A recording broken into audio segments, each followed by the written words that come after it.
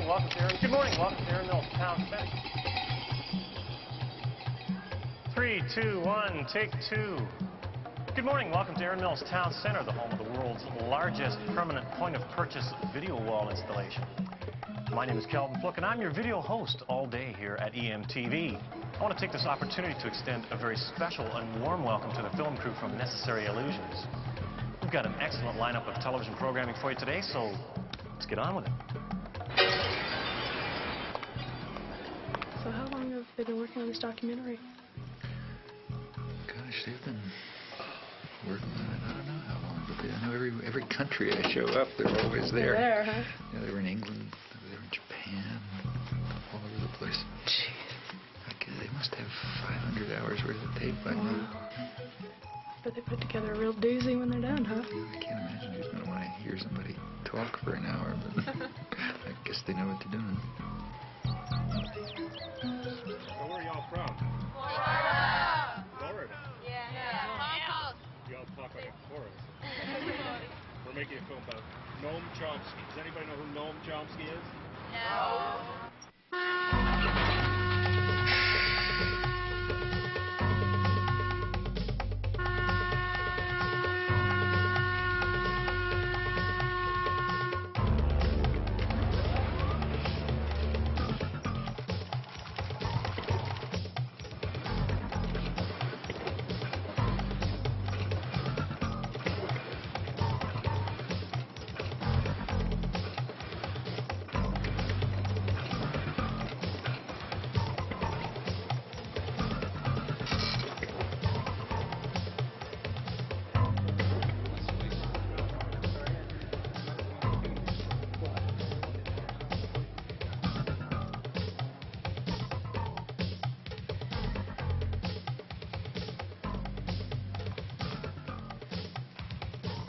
Good afternoon and welcome to Wyoming Talks. My guest today is well-known intellectual Noam Chomsky. Thank you for being on our program today. Very glad to be here. Well, I know probably the main purpose for your trip to Wyoming is to discuss thought control in a democratic society. Now, I'd say I'm just Jane, USA, and I say, well, gee, this is a democratic society, and what do you mean thought control? I make up my own mind. I create my own destiny. What would you say to her? Well, I would suggest that Jane take a close look at the way the media operate, the way the public relations industry operates, the extensive thinking that's been going on for a long, long period about the necessity for finding ways to marginalize and control the public in democratic society.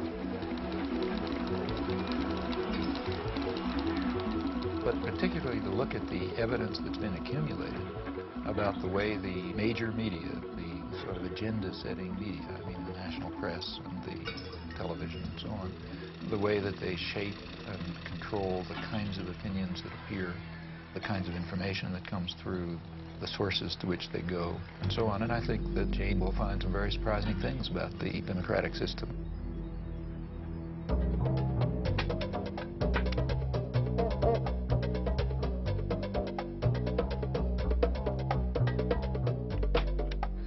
I'd like to welcome all of you to this lecture today.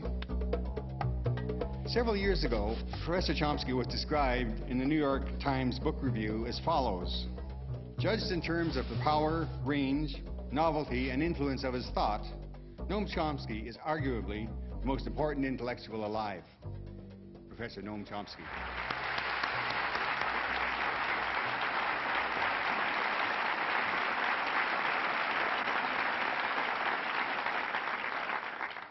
I gather there are some people out behind that blackness there, but if I don't look you in the eye, it's because I don't see you. All I see is the blackness. Perhaps I ought to begin by reporting something that's never read. The line about the arguably the most important intellectual in the world and so on comes from a publisher's blurb, and you also always got to watch those things, because if you go back to the original, you'll find that that sentence is actually there. This is in the New York Times. But the next sentence is, since that's the case, how can he write such terrible things about American foreign policy? And they never quote that point.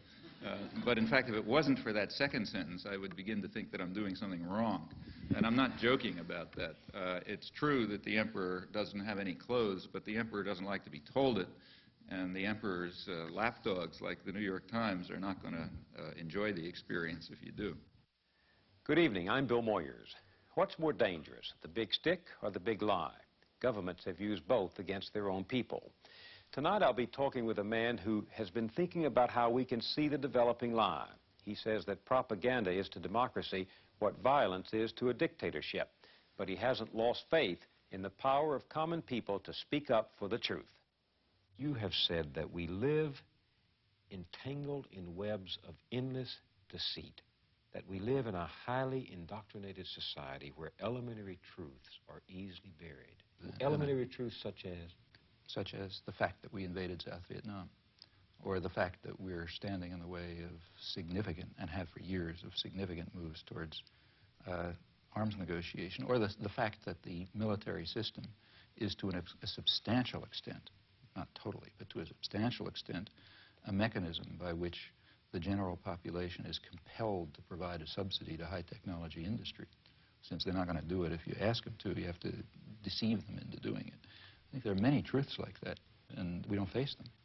Do you believe in common sense? I mean, you're Absolutely. You do? I believe in Cartesian common sense. I think people have the capacities to see through the deceit in which they're ensnared, but they got to make the effort. Seems a little incongruous to hear a man from the ivory tower of Massachusetts Institute of Technology, a scholar, a distinguished linguistics scholar, talk about common people with such appreciation. I think that scholarship, at least the field that I work in, has the opposite consequences. Well, my own studies in language and human cognition demonstrate, to me at least, what remarkable creativity ordinary people have. The very fact that people talk to one another is a reflection, and just in the normal way, I don't mean anything particularly fancy, reflects deep-seated features of human creativity, which in fact separate human beings from any other biological system we know. Tonight, scientists talk to the animals, but are they talking back? The Journal with Barbara Frum and Mary Lou Finley. Communicating with animals is a serious scientific pursuit. This is Noam Chomsky. Nim, jokingly named after the great linguist Noam Chomsky, was the great hope of animal communication in the 1970s. For 4 years, Petito and others coached him in sign language, but in the end they decided it was a lost cause. Nim could ask for things, but not much more. I would have loved to have a conversation with Nim and understand how he looked at the universe. He failed to communicate that information to me. And we gave him every opportunity. Noam Chomsky, theorist of language and political activist, has had an extraordinary career. I can think of none like it in recent American history, and few anywhere at any time. He has literally transformed the subject of linguistics. At the same time, he's become one of the most consistent critics of power politics in all its protean guises. Scholar and propagandist, his two careers apparently reinforce each other. In 1957, he published his Syntactic Structures, which began what has frequently been called the Chomskyan Revolution in linguistics. Like a latter-day Copernicus, Chomsky proposed a radically new way of looking at the theory of grammar. Chomsky worked out the formal rules of a universal grammar which generated the specific rules of actual or natural languages. The general approach I'm taking seems to me rather simple-minded and unsophisticated, but nevertheless correct. Maybe I will use the blackboard. Later he came to argue that such systems are innate features of human beings. They belong to the characteristics of the species and have been, in effect, programmed into the genetic equipment of the mind like the machine language in a computer. One needn't be interested in this question. Of course, I am interested in it. And the interesting question from this point of view would be, what is the nature of the initial state? That is, what is human nature in this respect? That, in turn, explains the astonishing You try the next one. Facility. Facility. That in turn explains the astonishing facility that children have in learning the rules of natural language, no matter how complicated, incredibly quickly, from what are imperfect and often degenerate samples. Complicated. It's a complicated word. You know what complicated means? It means it's complicated.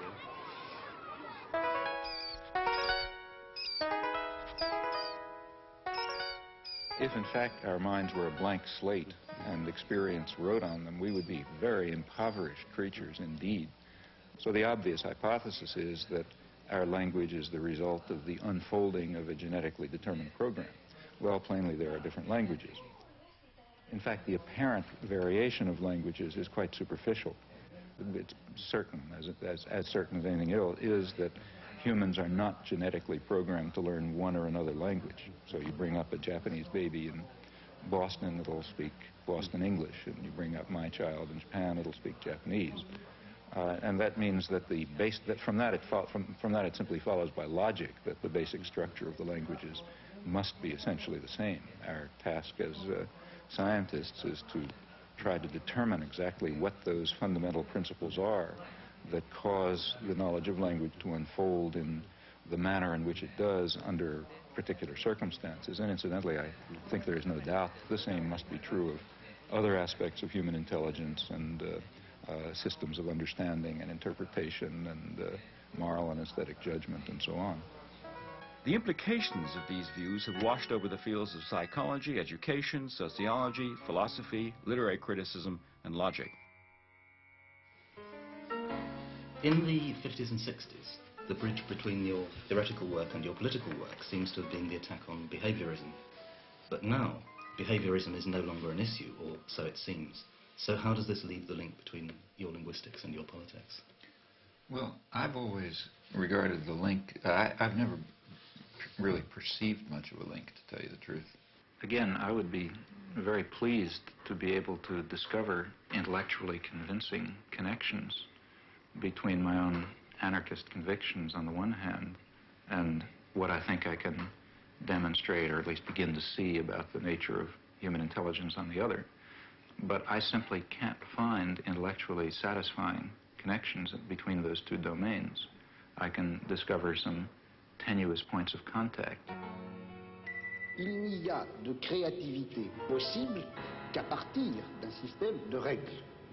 Le problème, alors, là, que je me pose, et où je ne suis pas peut-être tout à fait d'accord avec M. Chomsky, c'est lorsqu'il place ces régularités à l'intérieur, en quelque sorte, de l'esprit ou de la nature humaine. Je me demande si le système de régularité, de contraintes, qui rendent possible une science, on ne peut pas les trouver ailleurs, en dehors même de l'esprit humain, dans des formes sociales, dans des rapports de production, dans des luttes de classe, etc. If it is correct, as I believe it is, that a fundamental element of human nature is the need for creative work, for creative inquiry, for free creation without the arbitrary limiting effects of coercive institutions, then of course it will follow that a decent society should maximize the possibilities for this fundamental human characteristic to be realized.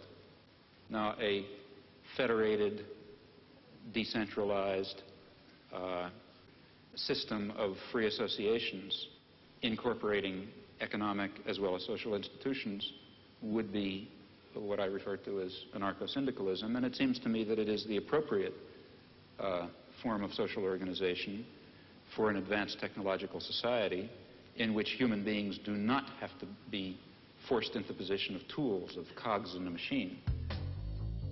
Since the 1960s, Noam Chomsky has been the voice of a very characteristic brand of rationalist libertarian socialism. He's attacked the abuses of power wherever he saw them. He's made himself deeply unpopular by his criticism of American policy, the subservience of the intelligentsia, the degradation of Zionism, the distortions of media and self-delusions of prevailing ideologies.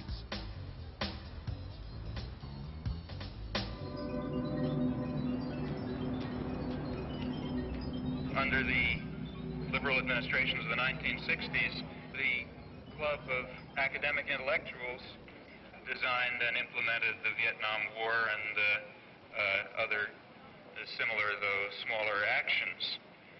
This particular community is a very relevant one to consider at a place like MIT because, of course, you're all free to enter this community. In fact, you're invited and encouraged to enter the community of technical intelligentsia and weapons designers and counterinsurgency experts and pragmatic planners of an American empire is one that you have a great deal of inducement to become associated with. The inducements, in fact, are very real. The rewards in power and affluence and prestige and authority are quite Jamie. This came with the mail. Be with you in a second.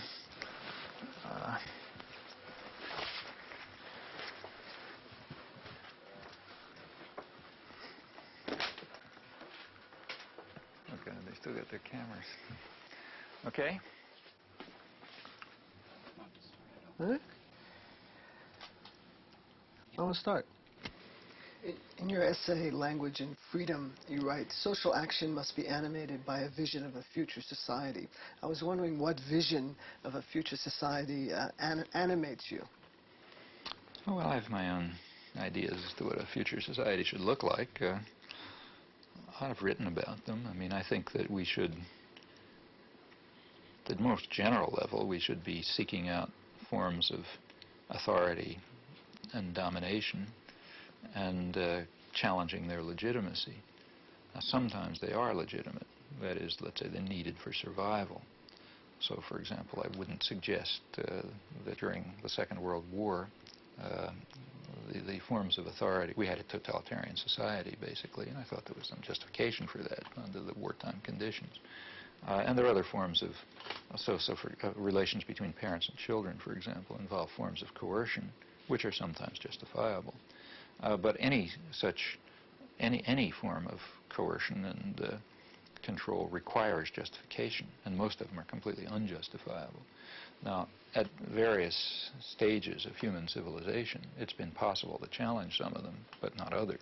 Others are too deep-seated, or you don't see them, or whatever.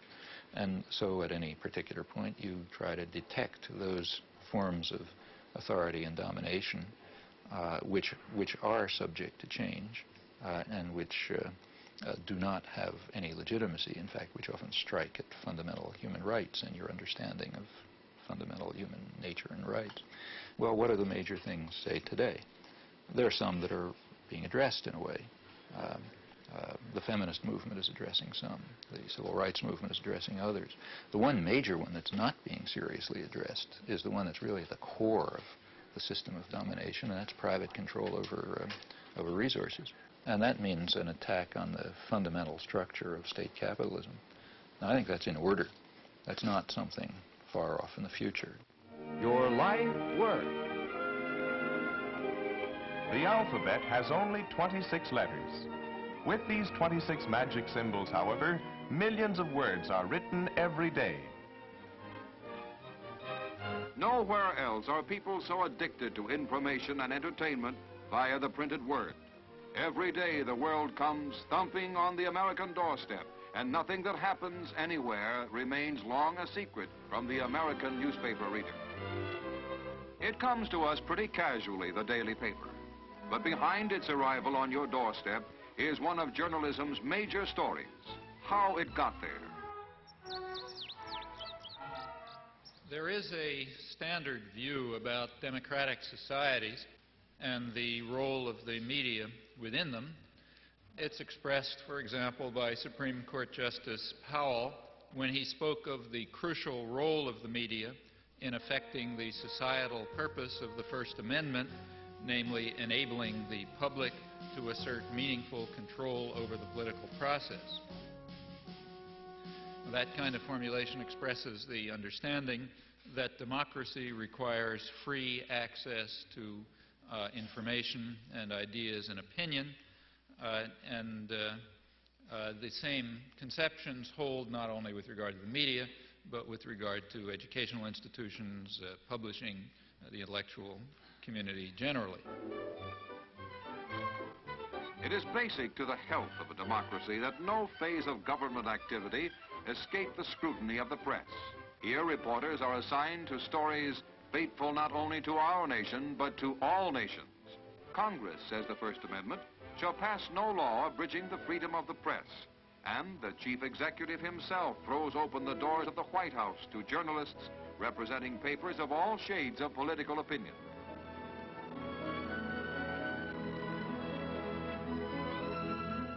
But it is worth bearing in mind that there is a contrary view.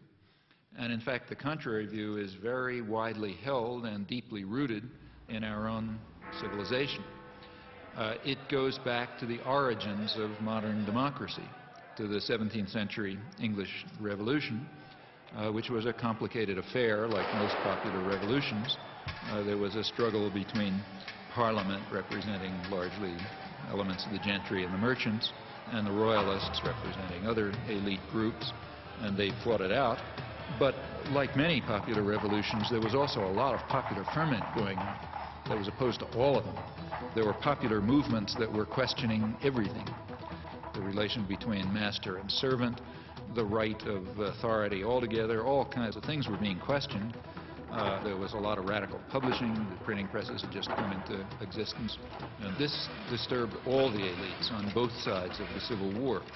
So as one historian pointed out at the time, in 1660, he criticized the radical Democrats, the ones who were calling for what we would call democracy, because they are making the people so curious and so arrogant that they will never find humility enough to submit to a civil rule.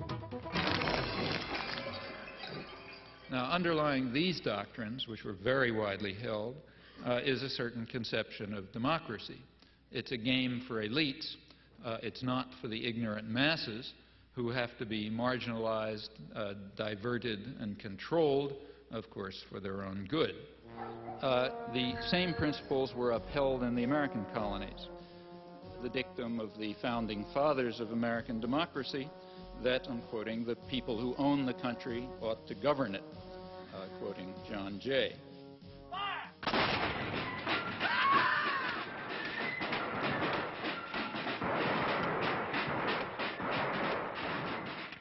Now, in modern times, for elites, this contrary view about the intellectual life and the media and so on, this contrary view, in fact, is the standard one, I think, apart from rhetorical flourishes. From Washington, D.C., he's intellectual, author, and linguist, Professor Noam Chomsky. Manufacturing Consent. What is that title meant to describe? Well, the title is actually borrowed from a book by Walter Lippmann, written back around 1921, in which he described what he called the manufacture of consent as a revolution in the practice of democracy. What it amounts to is a technique of control. And he said this was useful and necessary because the common interests, the general concerns of all people, elude the public. The public just isn't up to dealing with them, and they have to be the domain of what he called a specialized class. Notice that that's the opposite of the standard view about democracy. There's a version of this expressed by the highly respected moralist and theologian Reinhold Niebuhr, who was very influential on contemporary policymakers. His view was that rationality belongs to the cool observer, but because of the stupidity of the average man, he follows not reason but faith. And this naive faith requires necessary illusion and emotionally potent oversimplifications, which are provided by the myth maker to keep the ordinary person on course.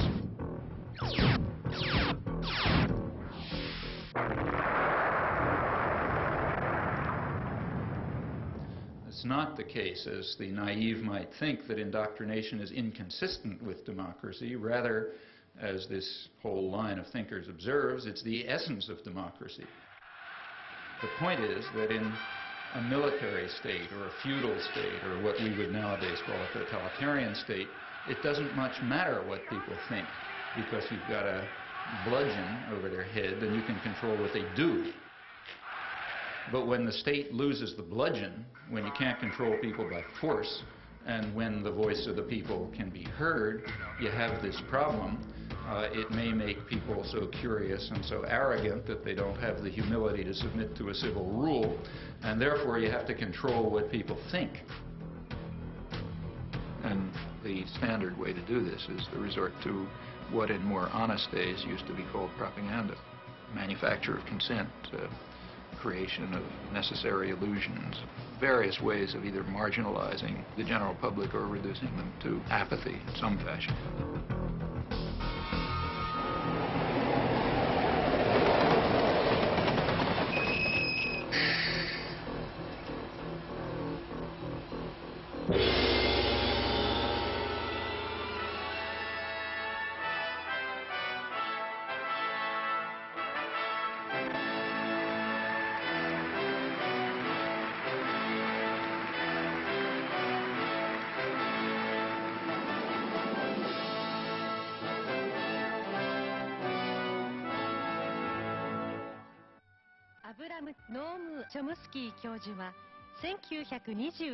The oldest of two boys, Herman and Noam Chomsky, was born in Philadelphia, Pennsylvania in 1928.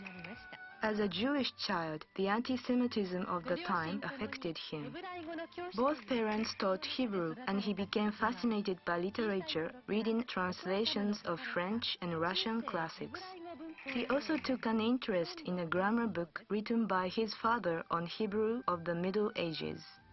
He recalls a childhood absorbed in reading, curled up in a sofa, often borrowing up to 12 books at once from the library. He is married to Carol, and they have 3 children. I don't like to impose on my wife and children a form of life that they certainly haven't selected for themselves, namely one of public exposure or exposure to the public media. That's their choice, and I don't believe that they have themselves selected this. I don't impose it on them. I would like to protect them from it, frankly.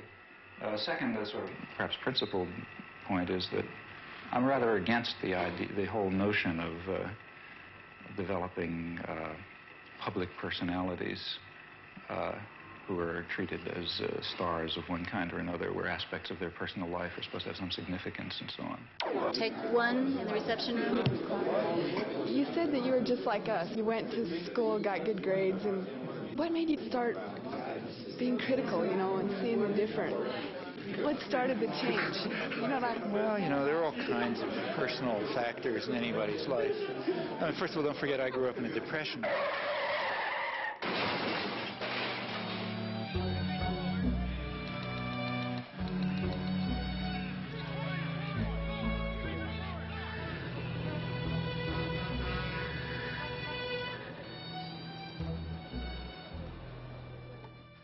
My parents actually happened to have jobs, which was kind of unusual. They were Hebrew school teachers, so sort of lower middle class. For them, everything revolved around being Jewish, Hebrew and Palestine in those days and so on. And I grew up in that milieu. So, you know, I learned Hebrew and went to Hebrew school, became a Hebrew school teacher, went to Hebrew college, led youth groups, summer camps, Hebrew camps, the whole business. The branch of the Zionist movement that I was part of was all involved in socialist binationalism and Arab-Jewish cooperation and all sorts of nice stuff.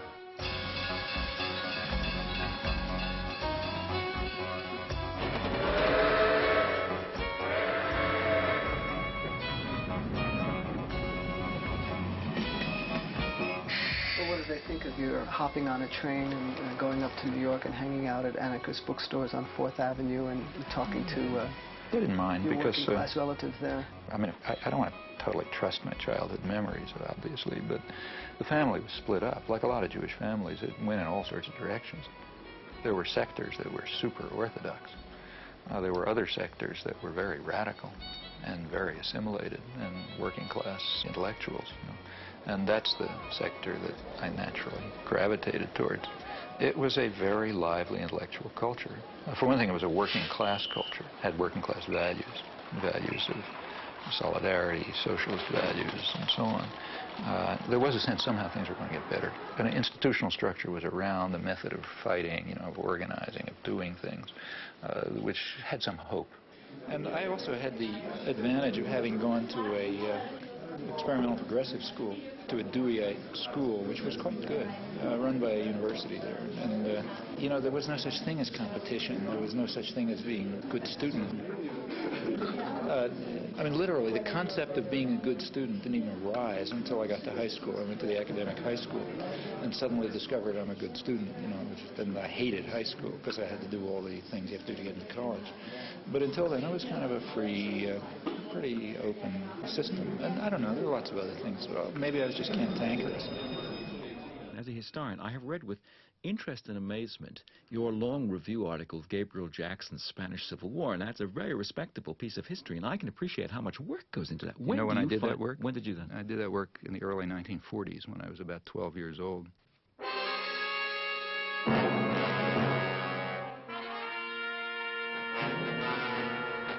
The first article I wrote was right after the fall of Barcelona in the school newspaper. It was a lament about the rise of fascism in 1939. Actually, I guess one of the people who was the biggest influence in my life was an uncle who had never gone past 4th grade. He was, you know, had a background in crime, and then left-wing politics and all sorts of things. But he was a hunchback. And as a result, he could get a newsstand in New York. They had some program for people with physical disabilities. And some of you are from New York, I guess. Yeah, well, you know the 72nd Street kiosk? You know that? Right, that's right. That's where I got my political education. At 72nd Street, there's a place where you come out of the subway, and everybody goes towards 72nd Street.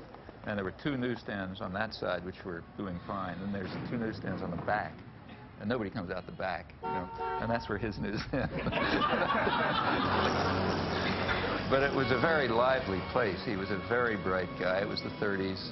There were a lot of emigres, you know, so on. A lot of people were hanging around there. And in the evenings, especially, it was sort of a literary political salon. You know, every kind of guys hanging around, arguing and talking. And as a kid, like I was 11, 12 years old, the biggest excitement was to work the newsstand.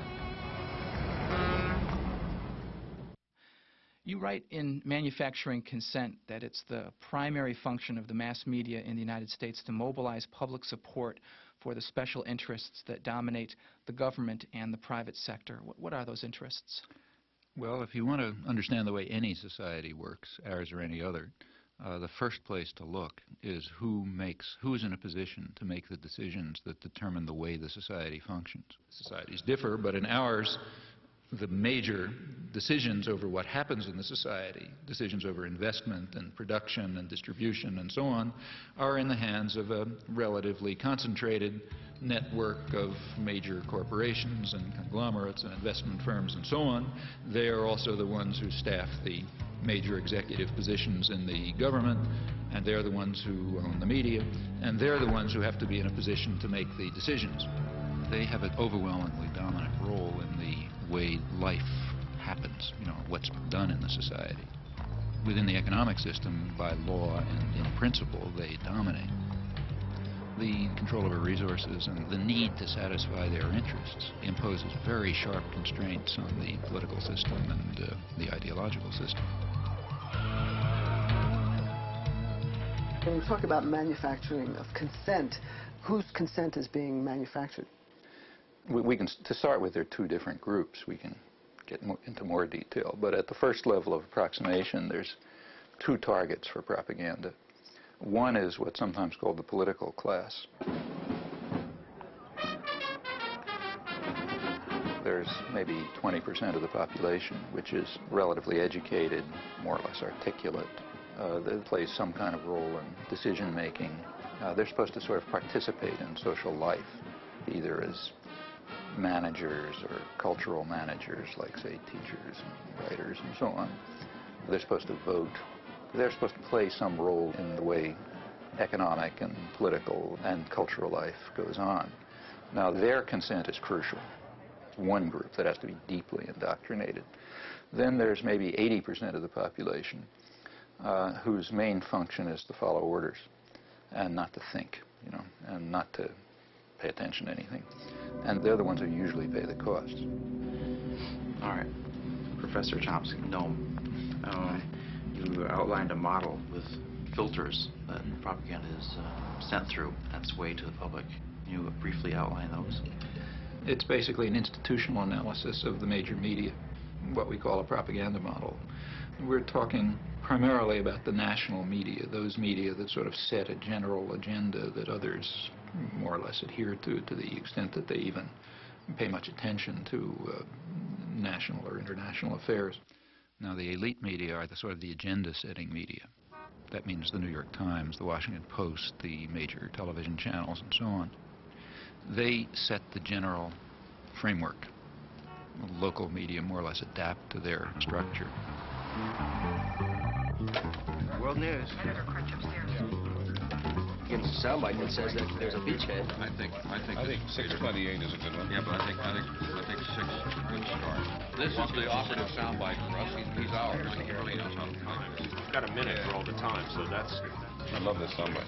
Okay, well, and they do this in all sorts of ways, by selection of topics, by distribution of concerns, by emphasis and framing of issues, by filtering of information, by bounding of debate within certain limits. 2.5 minutes to air. No. 45 seconds. They determine, they select, they shape, they control, they restrict in order to serve the interests of dominant elite groups in the society. There is an unusual amount of attention focused today on the 5 nations of Central America. This is Democracy's Diary. Here for our instruction are triumphs and disasters, the pattern of life's changing fabric. Here is great journalism, a revelation of the past, a guide to the present, and a clue to the future.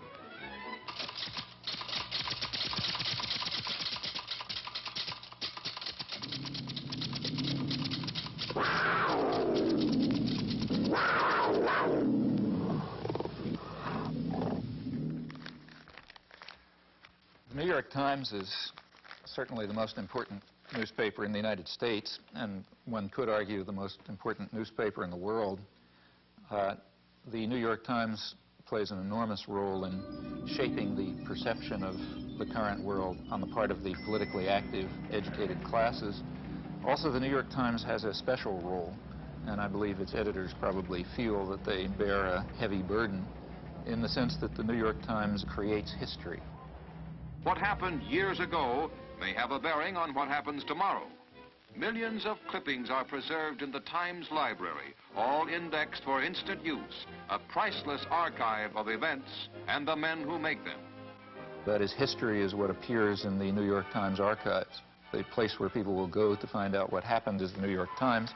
Therefore, it's extremely important, if history is going to be shaped in an appropriate way, that certain things appear, certain things not appear, certain questions be asked, other questions be ignored, and that issues be framed in a particular fashion. Now, in whose interests is the history being so shaped? Well, I think that's not very difficult to answer. The process by which people make up their minds on this is a much more mysterious process than you would ever guess from reading Manufacturing Consent. There is a saying about legislation that legislation is like making sausage. That the less you know about how it's done, the better for your appetite. The same is true of this business. If you're in a conference in which decisions are being made on what to put on page 1 or whatnot, you would get, I think, the impression that important decisions were being made in a flip and frivolous way. But in fact, given the pressures of time to trying to get things out, you resort to a kind of a shorthand. And you have to fill that paper up every day. It's curious in a kind of a mirror image way that Professor Chomsky is in total accord with Reed Irvine, who at the right-wing end of the spectrum says exactly what Chomsky does about the insinuating influence of the press, of the big media, as, quote, agenda setters, to use one of the great buzzwords of the time. And, of course, Reed Irvine sees this as a left-wing conspiracy of foisting liberal ideas in both domestic and foreign affairs on the American people. But in both cases, I think that the premise really is an insult to the intelligence of the people who consume news. Now, to eliminate confusion, all of this has nothing to do with liberal or conservative bias. According to the propaganda model, both liberal and conservative wings of the media, whatever those terms are supposed to mean, fall within the same framework of assumptions. In fact, if the system functions well, it ought to have a liberal bias, or at least appear to, because if it appears to have a liberal bias, that will serve to bound thought even more effectively. In other words, if the press is indeed adversarial and liberal and all these bad things, then how can I go beyond it?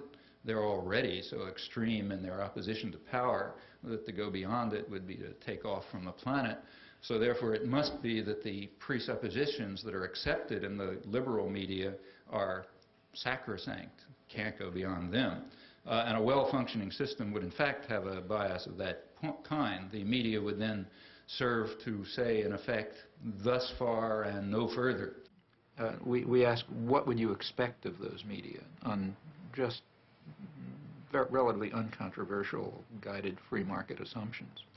And when you look at them, you find a number of major factors entering into determining what their products are. These are what we call the filters. So one of them, for example, is ownership. Who owns them? The major agenda-setting media, after all, what are they? As institutions in the society, what are they? Well, in the first place, they are major corporations, in fact, huge corporations. Furthermore, they're integrated with and sometimes owned by even larger corporations, conglomerates, so for example, by Westinghouse and GE and so on.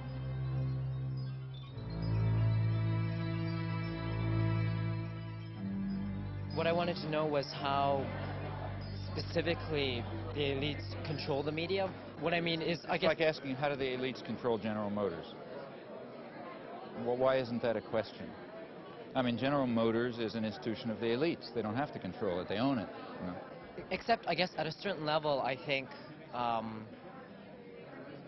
like, I guess I work with student press, so I know, like, reporters and stuff. The elites don't control the student press, but I'll tell you something. You try in the student press to do anything that breaks out of conventions, and you're going to have the whole business community around here down on your neck, and the university's going to get threatened, and, you know, I mean, maybe nobody will pay any attention to you. That's possible. But if you get to the point where they don't stop paying attention to you, the pressures will start coming. Because there are people with power. There are people who own the country, and they're not going to let the country get out of control. What do you think about that?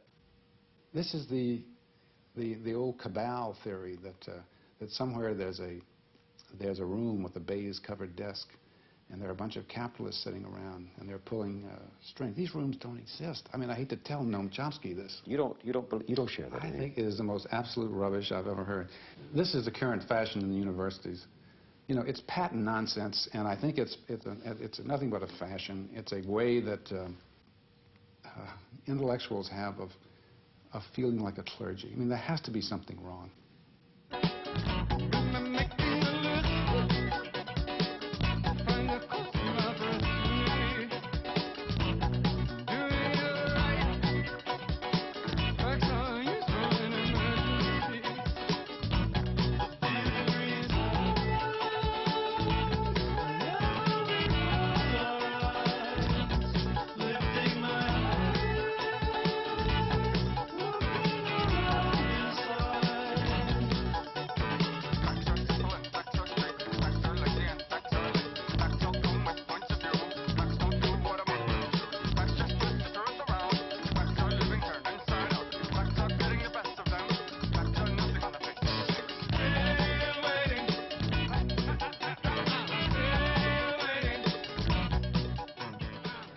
So what we have in the first place is major corporations which are parts of even bigger conglomerates. Now, like any other corporation, they have a product which they sell to a market. The market is advertisers, that is, other businesses. What keeps the media functioning is not the audience. They make money from their advertisers. And remember, we're talking about the elite media, so they're trying to sell a good product, a product which raises advertising rates. And ask your friends in the advertising industry, that means that they want to adjust their audience to the more elite and affluent audience. That raises advertising rates. So what you have is institutions, corporations, big corporations, that are selling relatively privileged audiences to other businesses. Well, what point of view would you expect to come out of this? I mean, without any further assumptions, what you'd predict is that what comes out is a picture of the world, a perception of the world, that satisfies the needs and the interests and the perceptions of the sellers, the buyers, and the product. Now, there are many other factors that press in the same direction. If people try to enter the system who don't have that point of view, they're likely to be excluded somewhere along the way. After all, no institution is going to happily design a mechanism to self-destruct. It's not the way institutions function. So they all work to exclude or marginalize or eliminate dissenting voices or alternative perspectives and so on because they're dysfunctional. They're dysfunctional to the institution itself. Do you think you've escaped the ideological indoctrination of the media and of society that you grew up in? Have I? Often not. I mean, when I look back and think of the things that I haven't done that I should have done, it's very, it's not a pleasant experience. So what's the story of young Noam in the schoolyard? Yeah, I mean, that was a personal thing for me. I don't know why it should interest anyone else, but I do remember. Well, you drew certain conclusions. Well, yeah, I mean, it had a big influence on me. I mean, I remember when I was about 6, I guess, first grade. There was the standard fat kid who everybody made fun of, and I remember in the schoolyard, he was on standing on right outside the school classroom, and a bunch of kids outside sort of taunting him, and so on. And one of the kids actually brought over his older brother, sort of like from 3rd grade instead of 1st grade, big kid. And he was going to, beat him up or something. And I remember going up to stand next to him, feeling somebody ought to help him. And I did for a while, and then I got scared, and I went away, and I was very much ashamed of it afterwards, and sort of felt, I'm not going to do that again. That's a feeling that's stuck with me. You should stick with the underdog. And the shame remained. You should have stayed there. You were already established. You were a professor at MIT. You'd made a reputation. You had a terrific career ahead of you. You decided to become a political activist. Now, here is a classic case of somebody whom the institution does not seem to have filtered out. I mean, you were a good boy up until then, were you? Or you'd always been a slight, some of them you were a rebel? Yeah, pretty much. I had been pretty much outside. You felt isolated. You felt out of sympathy with the prevailing currents of American life, but a lot of people do that. Suddenly, in 1964, you decide, I have to do something about this. What made you do that? Well, that was a very conscious decision and a very uncomfortable decision because I knew what the consequences would be.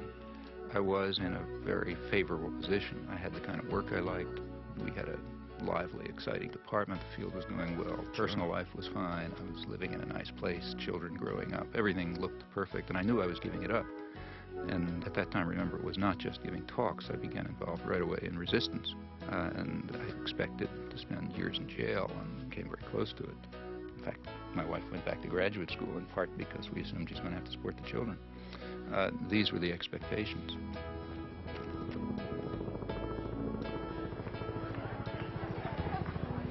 And I recognized that if I returned to these interests, which were the dominant interests of my own youth, life would become very uncomfortable.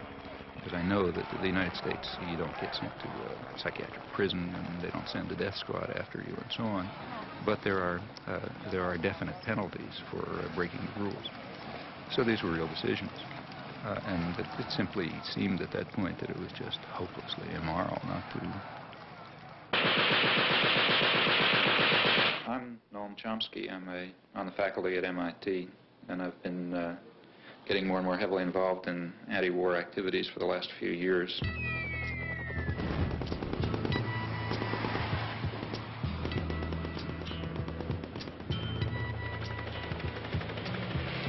Something happening here.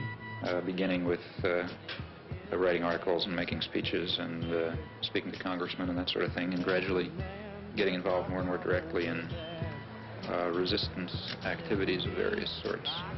I've come to the feeling myself that the most effective form of political action that is open to a responsible and concerned citizen at the moment is action that really involves direct resistance, refusal to take part in what I think are war crimes, to raise the domestic cost of American aggression overseas through non-participation and a support for those who are refusing to take part, in particular draft resistance throughout the country. So much resistance from behind. Time we stopped.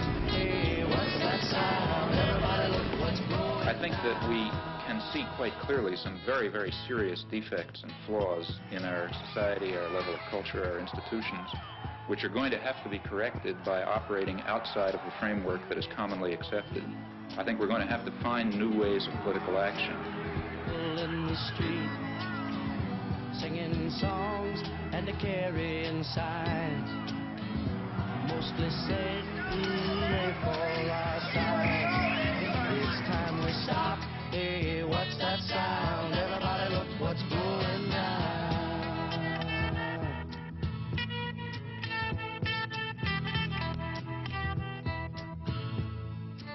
I rejoice in your disposition to argue the Vietnam question, especially when I recognize what an act of self-control this must involve. It does. Sure. It really does. I mean, I think that And this is you're the doing kind very of well. issue You're where doing very well. you know, sometimes I lose my temper. Maybe not tonight. Maybe not tonight.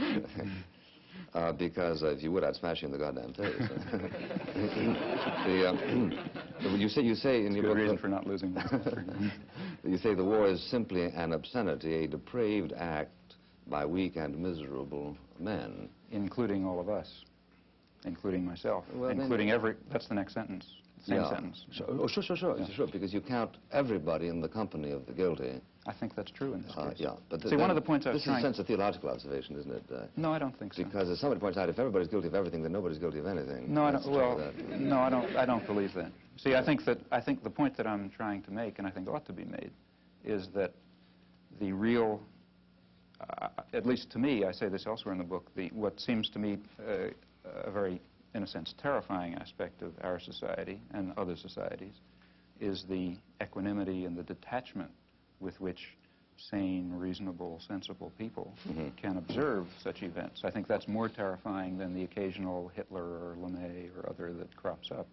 These people would not be able to operate were it not for this apathy and equanimity. And therefore I think that it's, in some sense, the sane and reasonable and tolerant people who share a very serious burden of guilt that they very easily throw on the shoulders of others who seem more extreme and more violent. 12 million pounds of confetti dropped into New York City's so-called Canyon of Heroes. Americans were officially welcoming the troops home from the Persian Gulf War. So it worked out really great for us. I mean, it just goes to show that we're a mighty nation and we'll be there for no matter what comes along. I mean, it's the strongest country in the world, and you got to be glad to live here. So tell me what you feel about media coverage of the war. I guess it was good. It got to be a bit much after a while, but I guess it was good to know everything, you know. I guess in Vietnam you didn't really know a lot was going on, but here you pretty much up to the moment on everything, so I guess it was good to be informed. For the first time, because of technology, we have the ability to be live from many locations around the globe. And because of the format, an all-news network, we can spend whatever time is necessary to bring the viewer the complete context of that day's portion of the story. And by context, I mean the institutional memory that is critical to understand why and how. And that's those who are analysts and do commentary, and those who can explain. Slug that last piece, ITN, Israel post-war. David Brinkley once said that you step in front of the camera and you get out of news business and into show business. But nonetheless, that should not in any way subtract or obscure the need for the basic standards of good journalism. Pat, hang tight. Let me give you a lead for Salinger right now, okay? President Bush and Prime Minister Major have closed or have almost rejected the Soviet peace efforts. Okay, in Saudi Arabia, the door is being left open. Rick Salinger is standing by live in Riyadh with the latest. All but closed. Yeah, all but closed. Right. Accuracy, speed, a fair approach, honesty and integrity within the reporter to try and bring the truth, whatever the truth may be. Going to war is a serious business. In a totalitarian society, the dictator just says we're going to war and everybody marches. And with this weapon of human brotherhood in our hands, we are seeing the war for men's minds not as a battle of truth against lies, but as a lasting alliance pledged in faith with all those millions driving forward to create the true new order, the world order of the people first, the people before all.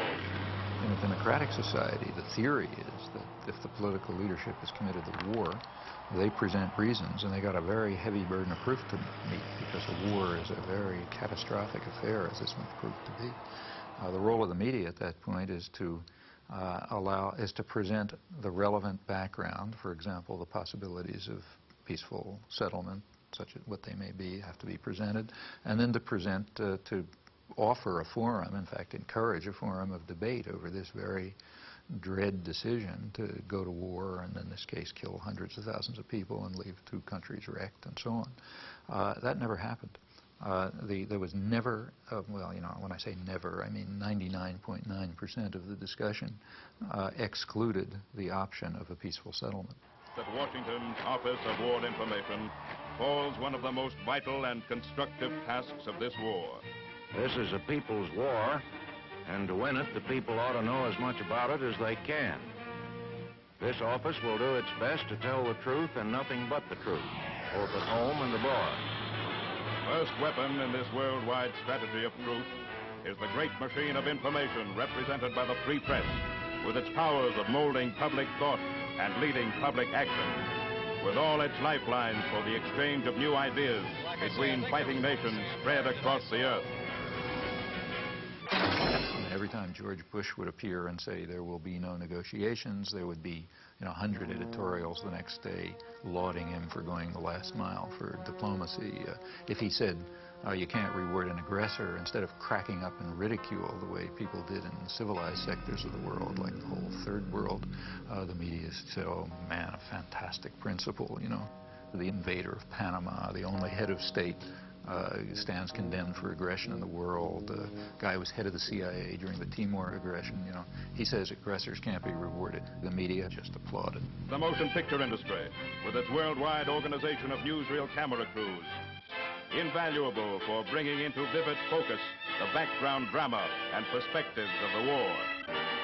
Mobilized, too, in this all-out struggle for men's minds are the radio networks, with all their experience in the swift reporting of great occasion and event.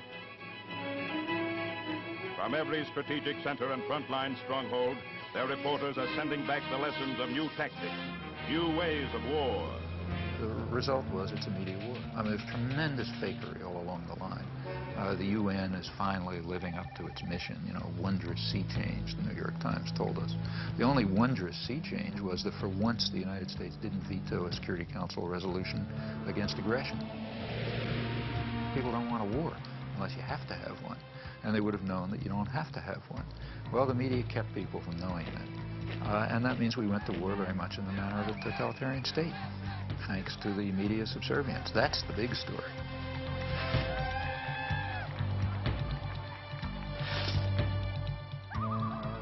Now, remember, I'm not talking about a small radio station in Laramie. I'm talking about the national agenda-setting media. If you're on a radio news show in Laramie, chances are very strong that you pick up what was in the Times that morning and you decide that's the news. In fact, if you follow the AP wires, you find that in the afternoon, they send across tomorrow's front page of the New York Times. That's so that everybody knows what the news is. And the perceptions and the perspectives and so on are sort of transmitted down, and not to the precise detail, but the general picture is pretty much transmitted elsewhere. The foreign news comes here to the foreign news desk. The editor is Bob Hanley. Bob, I suppose you get far more foreign news than you can possibly use in the paper. Yes, we do. We get a great deal more than we can accommodate in a day.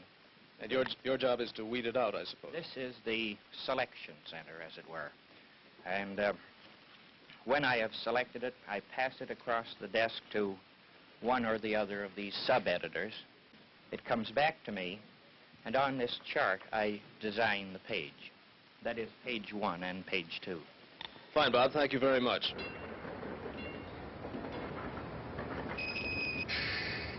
Why do you want to make a film about media? Well, Such a nice, quiet town. it's a beautiful town. Well, we're making a film about the mass media, so we thought, whatever, what a good place You to want to know come. where they got the name? So maybe you could start by introducing yourself. Yes, I'm Bowden Senko. I'm the Main Street manager and the executive director of the Media Business Authority. And we are in Media, Delaware County, in the southeastern part of Pennsylvania. Media is called everybody's hometown.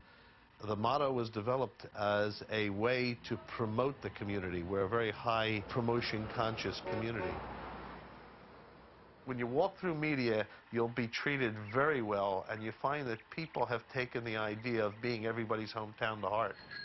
The local paper, the talk of the town. The Town Talk. Do you read that? Yes, I read the Town Talk, yes. What do you think the difference is between the Wall Street Journal and the talk? Oh, well, I mean, the Town Talk is completely local news, and it's fun. It's nice to read. It's interesting. You read about your neighbors and see what's going on in the school district and things like that.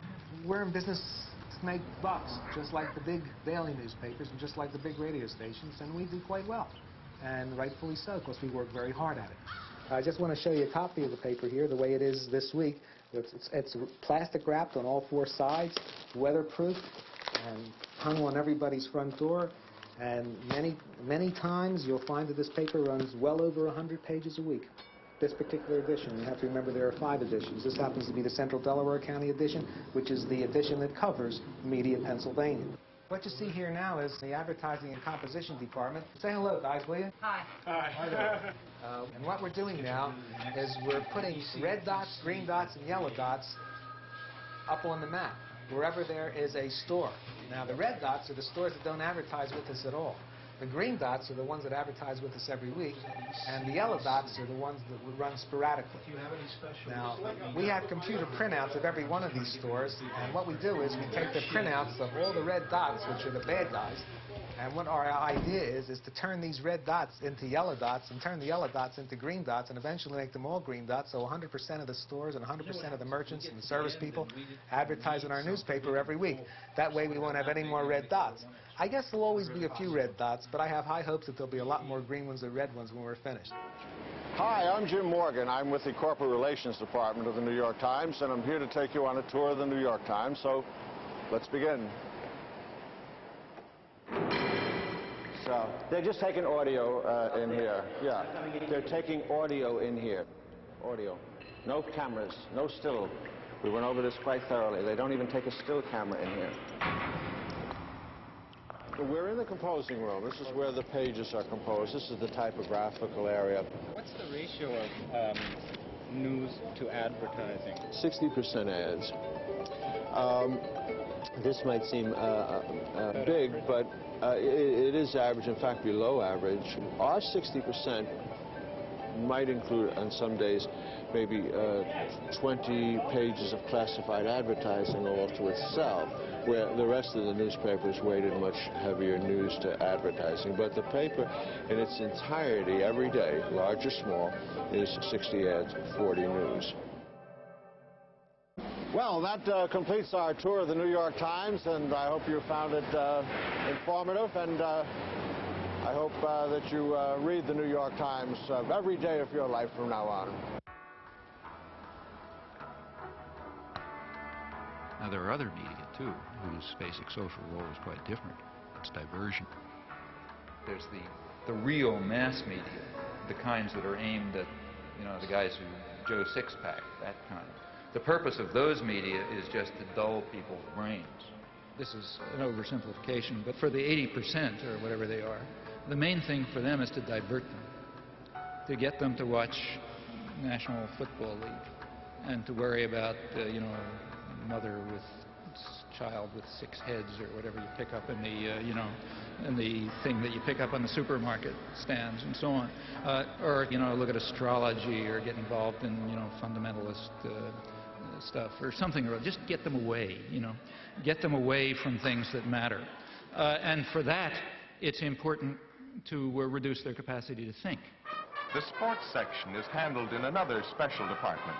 The sports reporter must be a specialist in his knowledge of sports.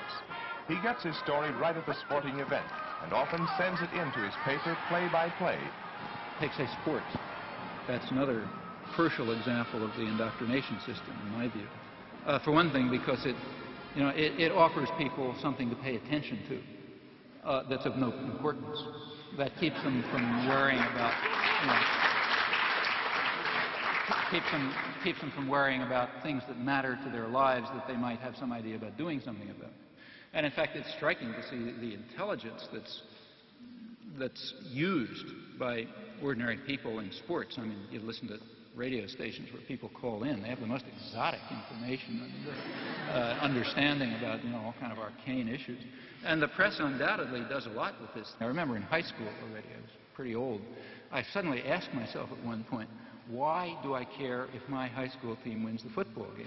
I mean, I don't know anybody on the team, you know. I mean, they have nothing to do with me. I mean, why am I cheering for my team? It doesn't make any sense, you know. But the point is, it does make sense.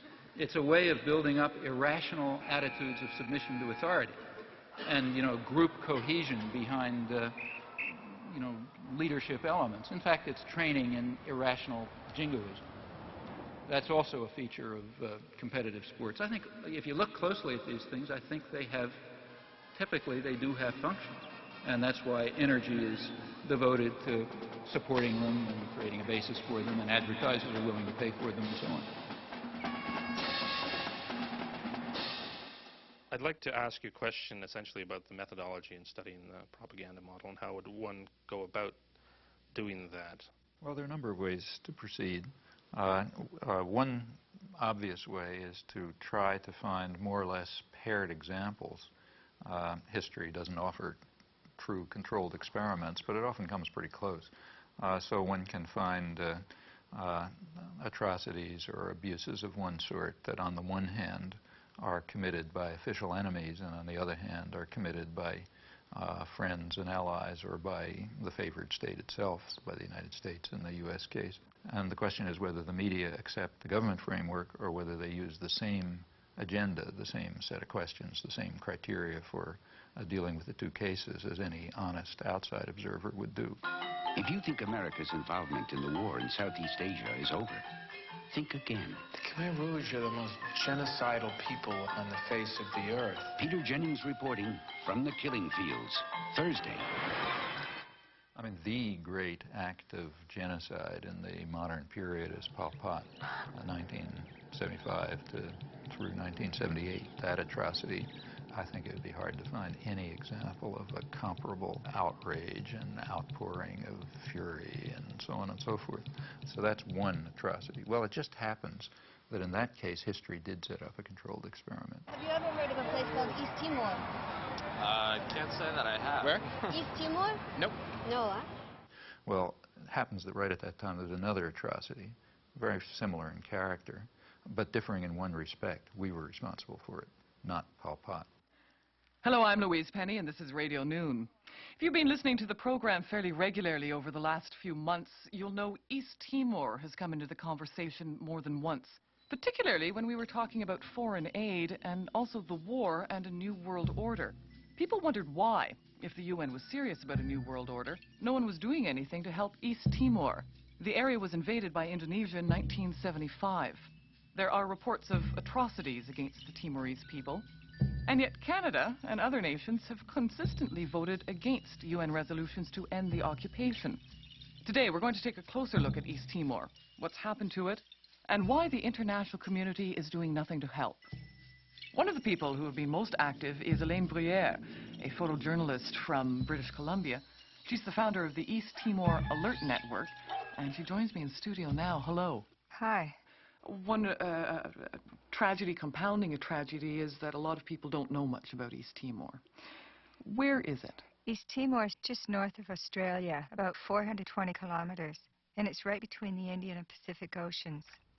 Just south of East Timor is a deep-water sea lane, perfect for U.S. submarines to pass through. There's also huge oil reserves there. One of the unique things about East Timor is that it's truly one of the last surviving ancient civilizations in that part of the world. The Timorese spoke 30 different languages and dialects amongst a group of 700,000 people. Today, less than 5% of the world's people live like the East Timorese, basically self-reliant. They live really outside of the global economic system. Small societies like the East Timorese are much more democratic and much more egalitarian, and there's much more sharing of power and wealth. Before the Indonesians invaded, most people lived in small rural villages.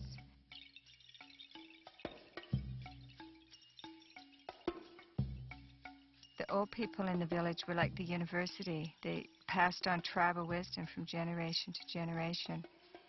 Children grew up in a safe, stimulating, nurturing environment.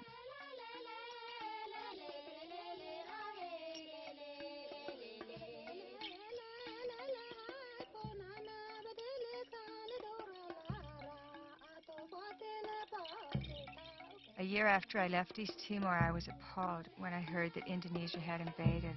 They didn't want a small, independent country setting an example for the region. East Timor was a Portuguese colony. Indonesia had no claim to it, and in fact stated that they had no claim to it. During the period of colonization, there was a good deal of politicization. The different groups developed. A civil war broke out in August '75.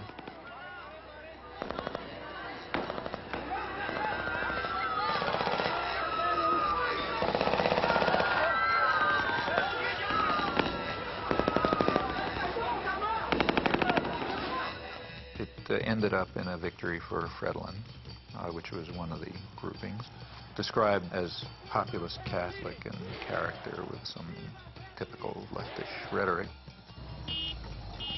Indonesia at once started intervening. What's the situation? When did those ships come in? They start arriving since Monday. 6, 7 boats together, very close to our border. No, they're not there just for fun, you know. They're preparing a massive operation. Something happened here last night that moved us very deeply. It was so far outside our experience as Australians that we'll find it very difficult to convey to you, but we'll try. Sitting on woven mats under a thatched roof in a hut with no walls, we were the target of a barrage of questioning from men who know they may die tomorrow and cannot understand why the rest of the world does not care. That's all they want, for the United Nations to care about what is happening here. The emotion here last night was so strong that we, all three of us, felt we should be able to reach out into the warm night air and touch it. Greg Shackleton at an unnamed village, which we'll remember forever in Portuguese Timor.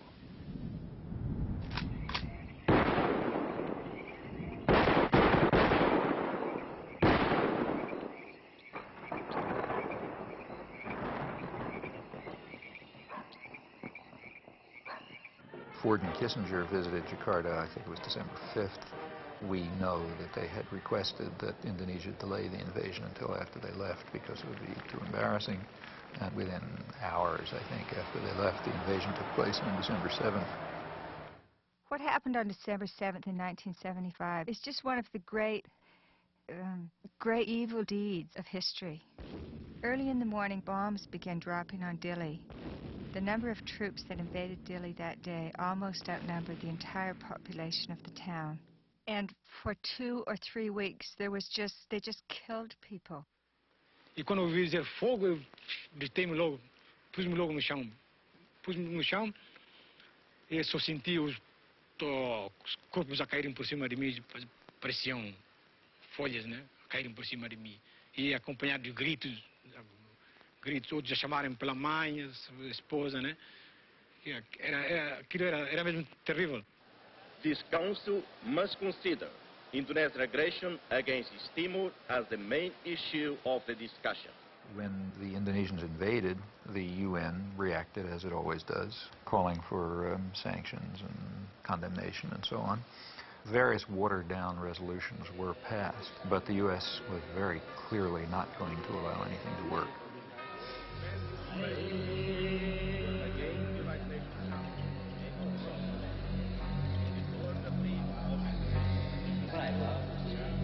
So the Timorese were fleeing into the jungles by the thousands. By late 1977-78, Indonesia set up receiving centers for those Timorese who came out of the jungle waving white flags. Those the Indonesians thought were more educated or who were suspected of belonging to Frelimo or other opposition parties were immediately killed. They took women aside and flew them off to Dili in helicopters for use by the Indonesian soldiers. They killed children and babies. But in those days, their main strategy and their main weapon was starvation. By 1978, it was approaching really genocidal levels. The church and other sources estimated about 200,000 people killed. The U.S. backed it all the way. The U.S. provided 90% of the arms. Right after the invasion, arms shipments were stepped up. When the Indonesians actually began to run out of arms in 1978, the Carter administration moved in and increased arms sales, and other Western countries did the same. Canada, England, Holland, and everybody who could make a buck was in there trying to make sure they could kill more Timorese. There is no Western concern for issues of aggression, atrocities, human rights abuses, and so on if there's a profit to be made from them. Nothing could show it more clearly than this case. It wasn't that nobody had ever heard of East Timor. Crucial to remember that there was plenty of coverage in the New York Times and elsewhere before the invasion.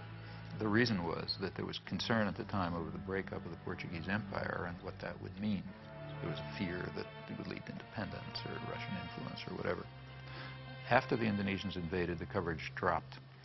There was some, but it was strictly from the point of view of the State Department and Indonesian generals, never a Timorese refugee.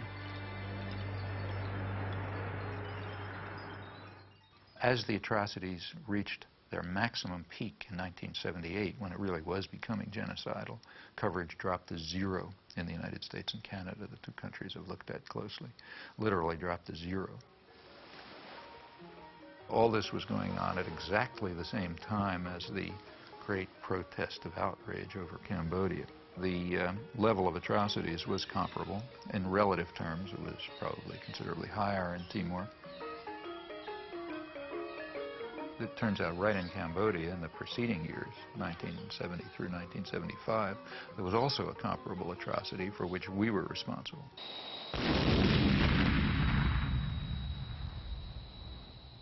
The major U.S. attack against Cambodia started with the bombings of the early 1970s.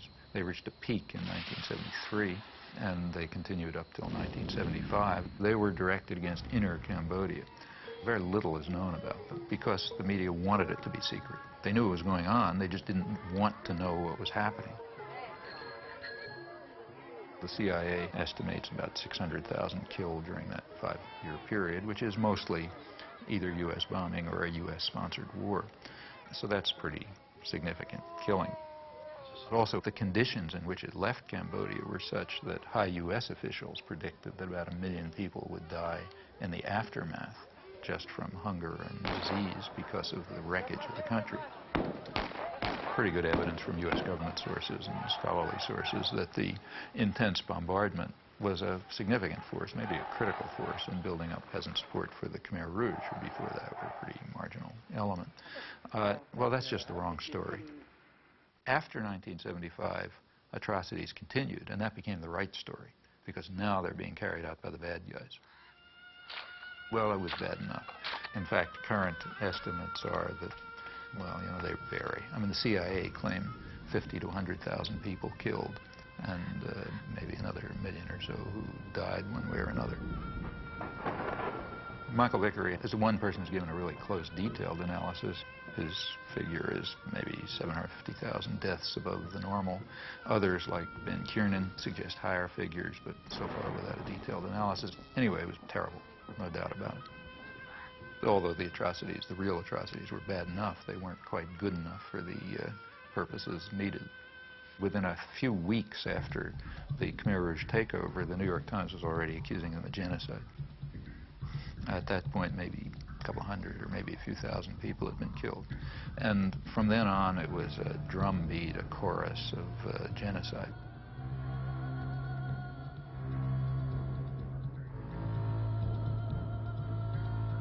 The big bestseller on Cambodia, Pol Pot, is called Murder in a Gentle Land. Up until April 17, 1975, it was a gentle land of peaceful, smiling people, and after that, some horrible Holocaust took place.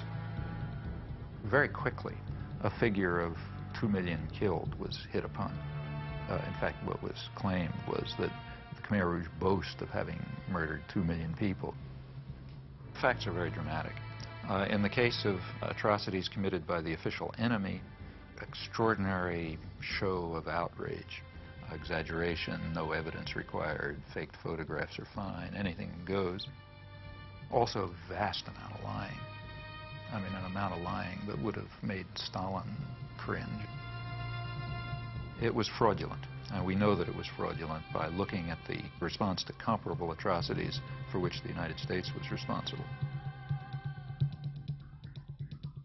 Early 70s Cambodia, Timor, two very closely paired examples. Well, the media response was quite dramatic.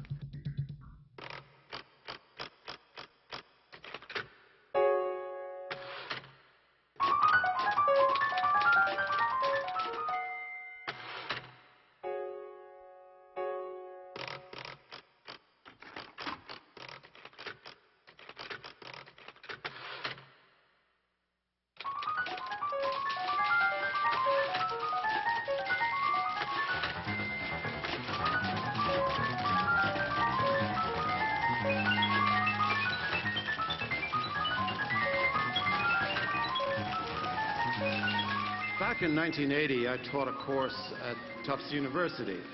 Well, Chomsky came around to this class. He made a very powerful case that the press underplayed the fact that the Indonesian government annexed this former Portuguese colony in 1975. And that if you compare it, for example, with Cambodia, where there was acreage of things, that this was a communist atrocity, whereas the other was not a communist atrocity. Well, I got quite interested in this, and I went to talk to the then deputy foreign editor of the Times. And I said, you know, we've had very poor coverage on this. And he said, you're absolutely right. There are a dozen atrocities around the world that we don't cover. This is one for various reasons. So I took it up. I was working as a reporter and writer for a small alternative radio program in upstate New York, and we received audio tapes of interviews with Timorese leaders. And we were quite surprised that, given the level of American involvement, that there was not more coverage, indeed practically any coverage, of the large-scale Indonesian killing in the mainstream American media. We formed a small group of people to try to monitor this situation and see what we could do over time to alert public opinion to what was actually happening in East Timor. There were literally about half a dozen people who simply dedicated themselves with great commitment to getting the story to break through. And they reached a couple of people in Congress. They got to me, for example. I was able to testify at the UN and write some things. They kept at it, kept at it. Whatever is known about the subject essentially comes from their work. There's not much else. I wrote first an editorial called An Unjust War in East Timor. It had a map, and it said exactly what had happened. We then ran a dozen other editorials on it. They were read, they were entered in the congressional record, and several congressmen then took up the cause, and then something was done in Congress as a result of this. The fact that the editorial page of the New York Times on Christmas Eve published that editorial put our work on a very different level. And it gave a great deal of legitimacy to something that we were trying to advance for a long time, and that was the idea and the reality that a major tragedy was unfolding in East Timor. If one takes literally the various theories that Professor Chomsky puts out, one would feel that there is a tacit conspiracy between the establishment press and the government in Washington to focus on certain things and ignore certain things, so that if we broke the rules, that we would instantly get a reaction, a sharp reaction from the overlords in Washington, who would say, hey, what are you doing speaking up on East Timor? We're trying to keep that quiet. We didn't hear a thing. What we did hear, and this was quite interesting, is that there was a guy named Arnold Cohn, and he became a one-person lobby. I appreciate the nice things that Karl Meyer said about me in his interview, but I object to the notion that a one-man lobby was formed or anything like that. I think that if there weren't a large network composed of the American Catholic Bishops' Conference, composed of other church groups, composed of human rights groups, composed of simply concerned citizens and others, and a network of concern within the news media, I think that it would have been impossible to do anything at all at any time, and it certainly would have been impossible to sustain things for as long as they've been sustained. Professor Chomsky and a lot of people who engage in this kind of press analysis have one thing in common. Most of them have never worked for a newspaper. Many of them know very little about how newspapers work. When Chomsky came around, he had with him a file of all the coverage in the New York Times, the Washington Post, and other papers of East Timor. And he would go to the meticulous degree that if, for example, the London Times had a piece on East Timor, and then it appeared in the New York Times, that if a paragraph was cut out, he'd compare and he'd say, look, this key paragraph right near the end, which is really what tells the whole story, was left out of the New York Times version of the London Times thing.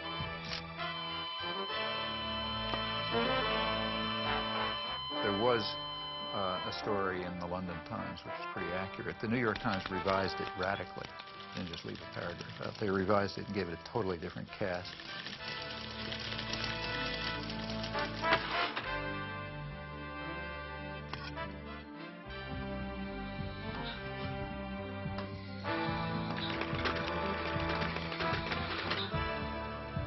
It was then picked up by Newsweek, giving it the New York Times cast. It ended up being a whitewash, whereas the original was an atrocity story. So I said to Chomsky at the time, I said, well, it may be that you're misinterpreting ignorance, haste, deadline pressure, etc., for some kind of determined effort to suppress an element of the story. He said, well, if it happened once or twice or 3 times, I might agree with you, but if it happens a dozen times, Mr. Meyer, I think there's something else at work. And it's not a matter of happening 1 time, 2 times, 5 times, 100 times. It happened all the time. I said, Professor Chomsky, having been in this business, it happens a dozen times. These are very imperfect institutions. When they did give coverage, it was from the point of view of, it was a whitewash of the United States. Now, you know, that's not an error. That's systematic, consistent behavior, in this case, without even any exception. This is a much more subtle process than you get in the kind of the sledgehammer rhetoric of the people that make a to B equation between what the government does, what people think, and what newspapers say. That sometimes what the Times does can make enormous difference.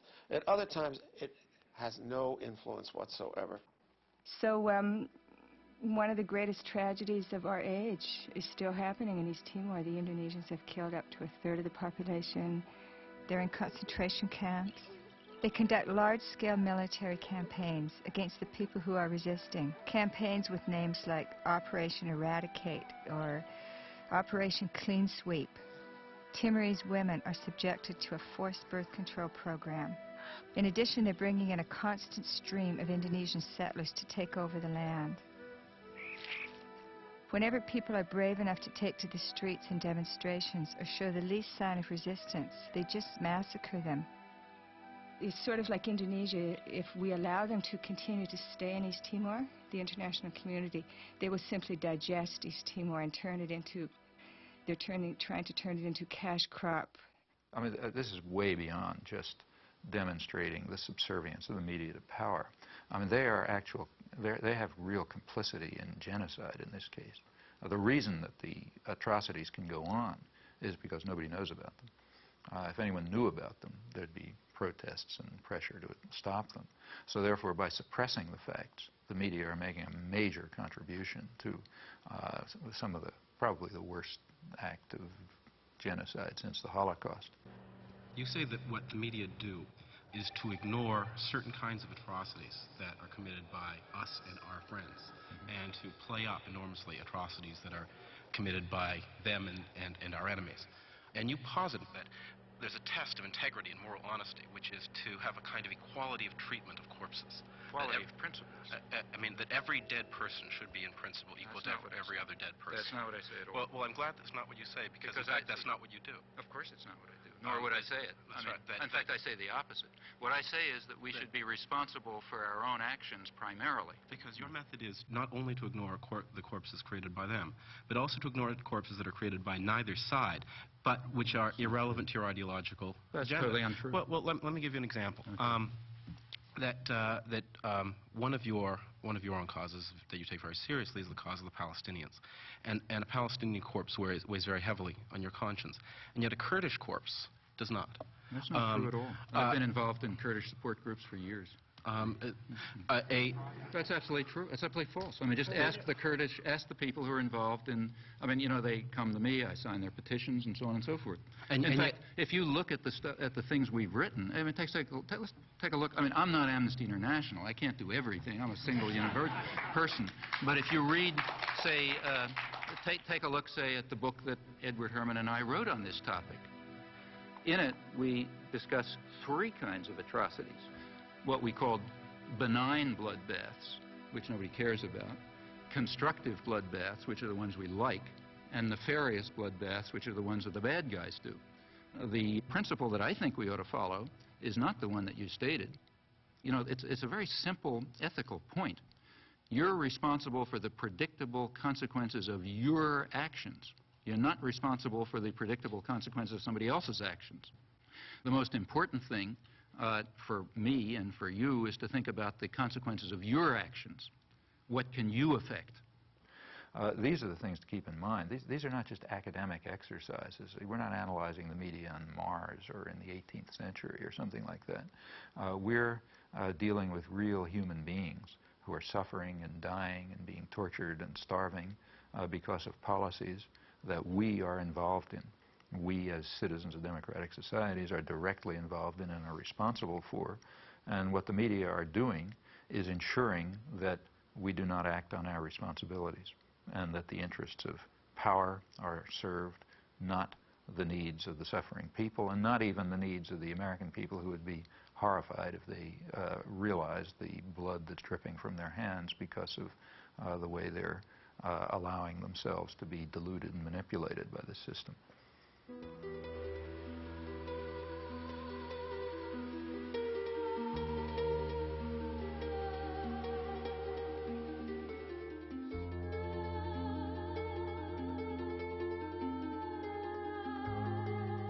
What about the third world? Well, despite everything, and it's pretty ugly and awful, these struggles are not over. The struggle for freedom and independence never is completely over.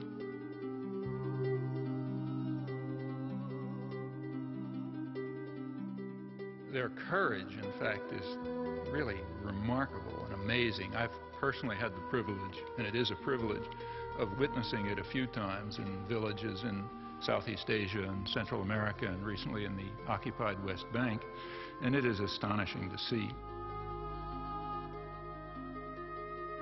And it's always amazing, at least to me it's amazing, I can't understand it. It's also very moving and very inspiring. In fact, it's kind of awe-inspiring. Now, they rely very crucially on a very slim margin for survival that's provided by dissidence and turbulence within the imperial societies. And how large that margin is for us to determine.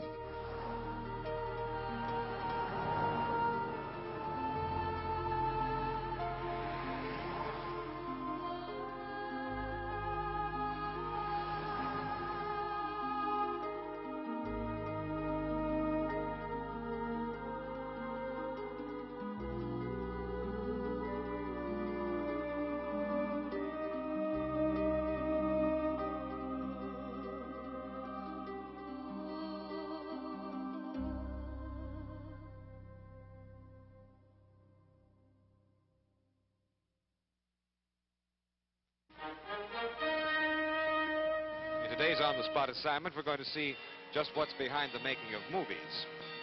The director and the crew are shooting a documentary film. Let's take a closer look.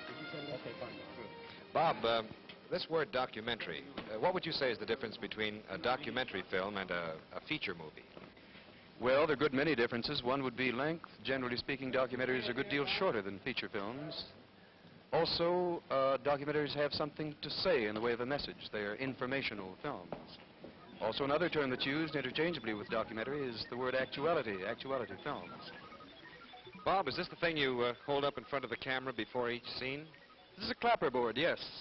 This identifies on the visual camera the scene number and the take number, and also, as you heard, on the soundtrack. The editor back at the studio puts the two pieces of film together, matches where the lips of the clapper come together, and there you are in sync. Before the break, you were mentioning the media putting forth the information that the power elite want.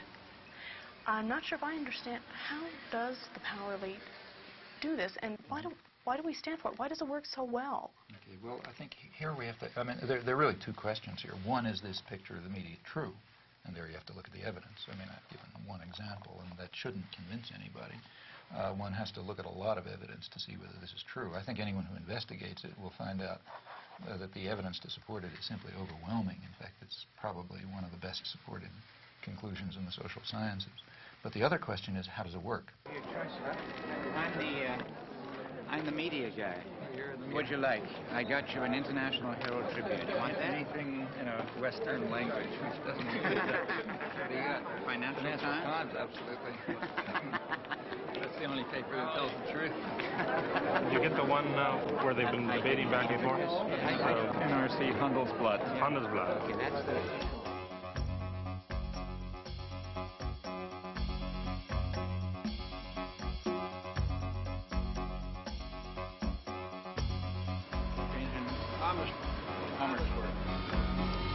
Well, this evening's program is scheduled as a debate, which puzzled me all the way through. There are some problems. One problem is that no proposition has been set forth. As I understand debate, people are supposed to advocate something and oppose something. Rather more sensibly, a topic has been proposed for discussion. The topic is manufacture of consent. It's somewhat unusual for a member of the government to debate with a professor in public. It hasn't happened in Holland before. I don't think it's often happens elsewhere.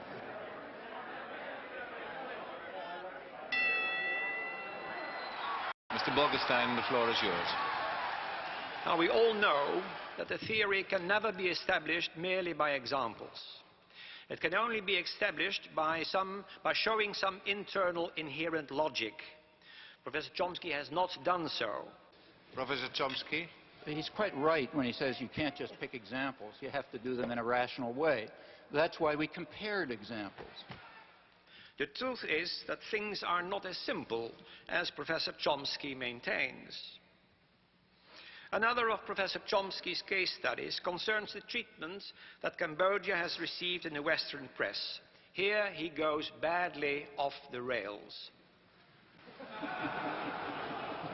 We didn't discuss Cambodia. We compared Cambodia with East Timor, two very closely paired examples. And we gave approximately 300 pages of detail covering this in Political Economy of Human Rights, including a reference to every article we could discover about Cambodia. Many Western intellectuals do not like to face the facts and balk at the conclusions that any untutored person would draw. Many people are very irritated by the fact that we exposed the extraordinary deceit over Cambodia and paired it with the simultaneous suppression of the U.S.-supported ongoing atrocities in Timor. People don't like that. For one thing, we were challenging the right to lie in defense of the state.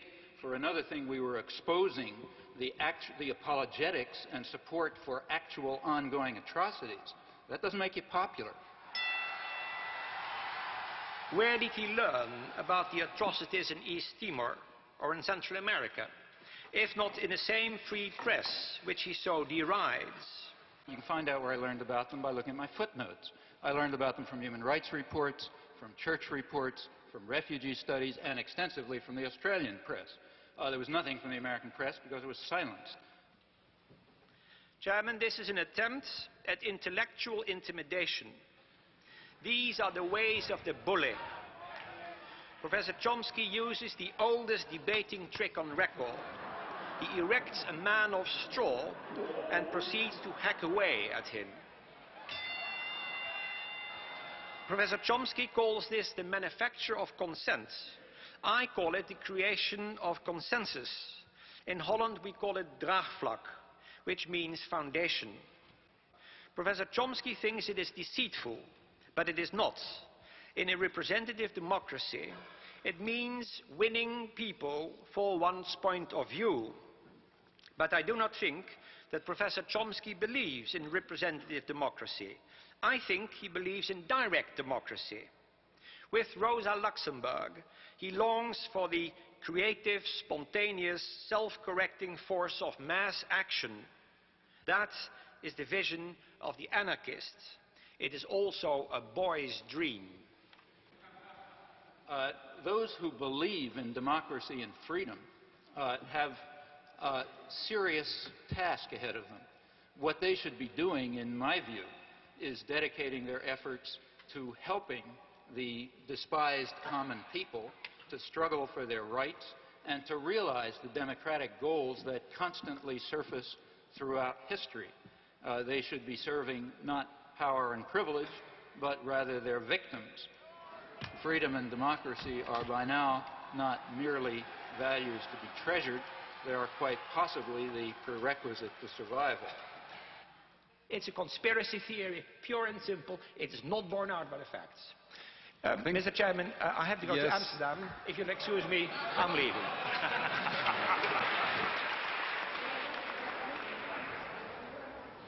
One thing is sure. Their consent has not been manufactured tonight. There is nothing more remote from what I'm discussing, or what we have been discussing, than a conspiracy theory. If I give an analysis of, say, the economic system, and I point out that General Motors tries to maximize profit and market share, that's not a conspiracy theory. That's an institutional analysis.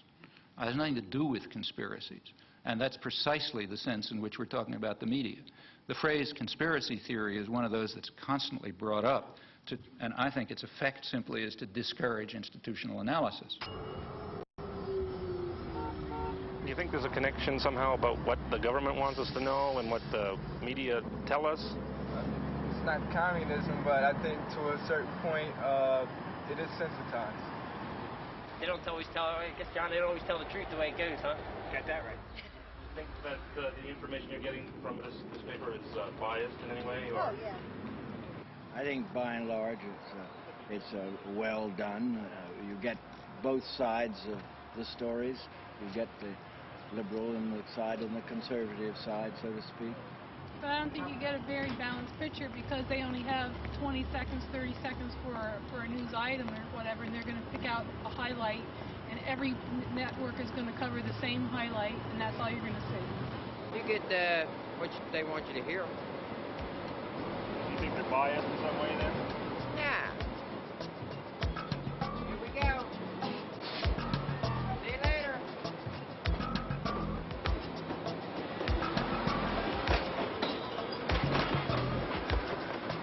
Is it possible for the lights to get a little brighter so we can see somebody out there? Yeah, for the last hour and 41 minutes, I've been whining about how the elite and how the government have been using thought control to keep radicals like yourself out of the public limelight. Now, you're here. I don't see any CIA men waiting to drag you off. You were in the paper. That's where everyone here heard you were coming from, in the paper, and I'm sure they're going to publish your comments in the paper. Now, a lot of countries, you would have been shot for what you have done today. So what are you whining about? We are allowing you to speak, and I don't see any thought control. First of all, I hadn't said one word about my being kept out of the limelight. The way it works here is quite different. Now, I don't think you heard what I was saying, but the way it works here is that there is a system of shaping, control, and so on, which gives a certain perception of the world. I gave one example. I'll give you sources where you can find thousands of others. And it has nothing to do with me. It has to do with marginalizing the public and ensuring that they don't get in the way of elites who are supposed to run things without interference. In a review of the Chomsky Reader, it was written that as he's been forced to the margins, he's become strident and rigid. Do you feel this categorization of your later writings is accurate and that you've been a victim of this sort of process you've been describing? Well, the business about being forced to other people will have to judge about the stridency. I don't believe it, but anyway, that's for other people to judge. However, the matter of being forced to the margins is a matter of fact, and the fact is the opposite of what is claimed. The fact is it's much easier to gain access to even the major media now than it was 20 years ago. You've dealt in such unpopular truths and have been such a lonely figure as a consequence of that. Do you ever regret either that you took the stands you took, have written the things you have written, or that we had listened to you earlier? I don't. I mean, there are particular things which I would do differently because you think about things, you do them differently. But in general, I would say I do not regret it. I mean, do you like being controversial? No, it's a nuisance. Because this mass medium pays little attention to the views of dissenters, not just Noam Chomsky, but most dissenters do not get much of a hearing in this medium. No, in fact, that's, again, completely understandable. They wouldn't be performing their societal function if they allowed favored truths to be challenged. Now, notice that that's not true when I cross the border anywhere, so that I have easy access to the media in just about every other country in the world. There's a number of reasons for that, and one reason is I'm primarily talking about the United States, and it's much less threatening. Your view there is that the militarization of the American economy essentially has come about because there are not other means of controlling the American population. In a democratic society. I mean, it may be paradoxical, but the freer the society is, the more it's necessary to resort to devices like induced fear.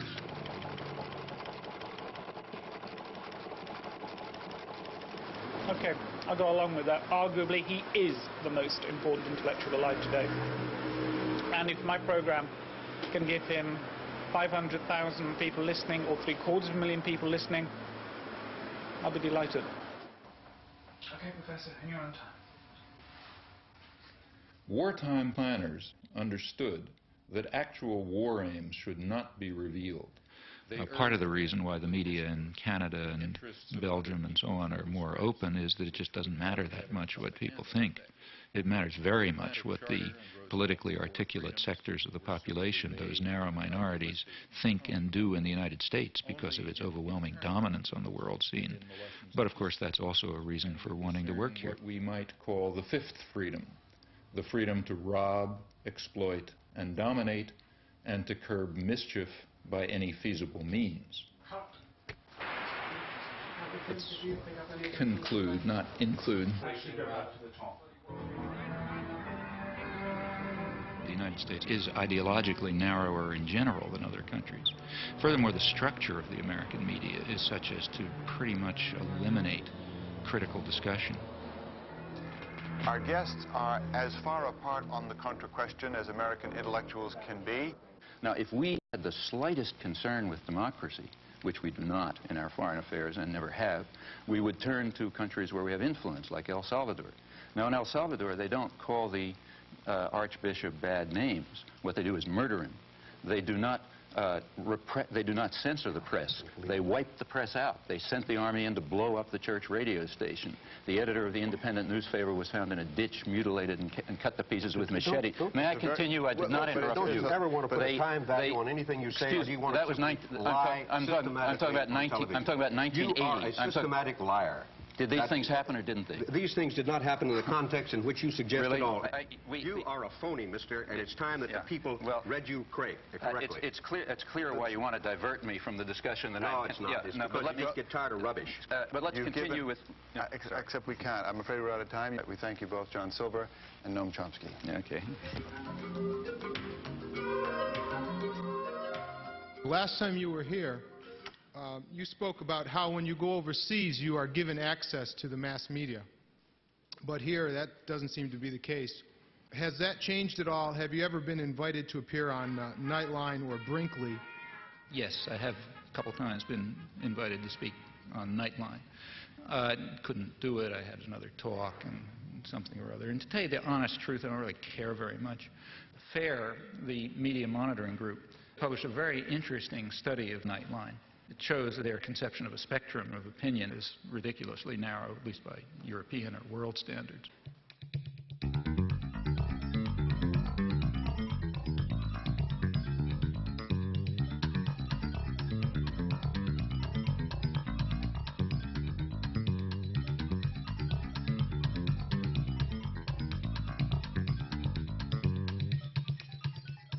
Let me tell you a personal experience.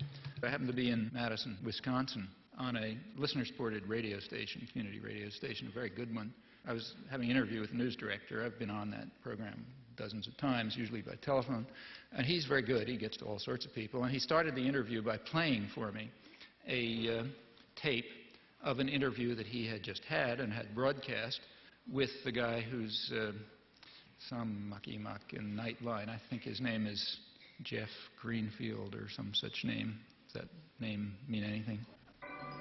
I'm Jeff Greenfield for Nightline in New York. What about just in the selection of guests to analyze things? Why is Noam Chomsky never on Nightline?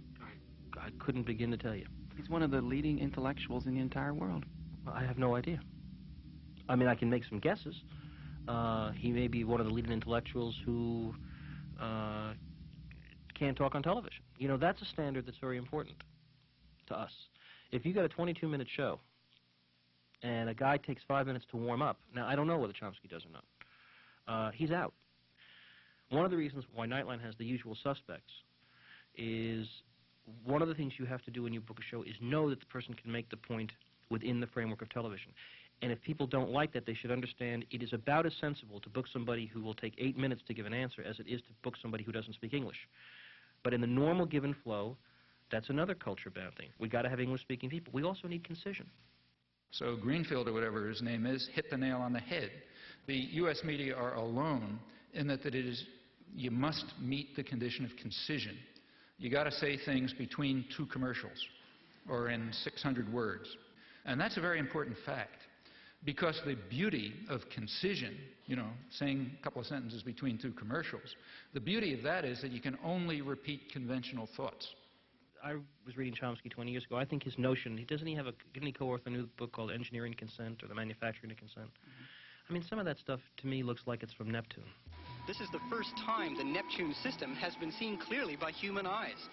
These pictures, taken only hours ago by Voyager 2, are its latest contribution.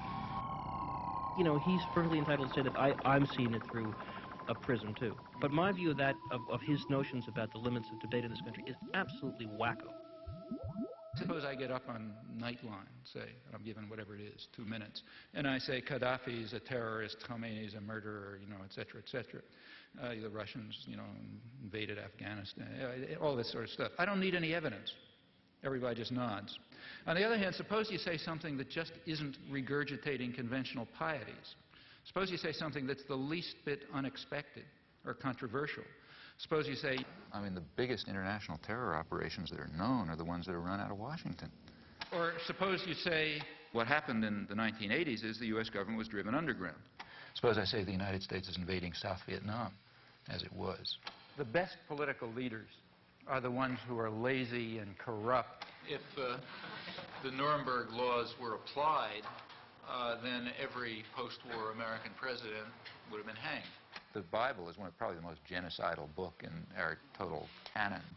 Education is a system of imposed ignorance. There's no more morality in world affairs fundamentally than there was in the time of Genghis Khan. They're just different, you know, they're just different factors to be concerned with. Now, Chomsky, thank you. Well, you know, people will quite reasonably expect to know what you mean. Why did you say that? I never heard that before. If you said that, you better have a reason, you know, you better have some evidence. In fact, you better have a lot of evidence, because that's a pretty startling comment. You can't give evidence if you're stuck with concision.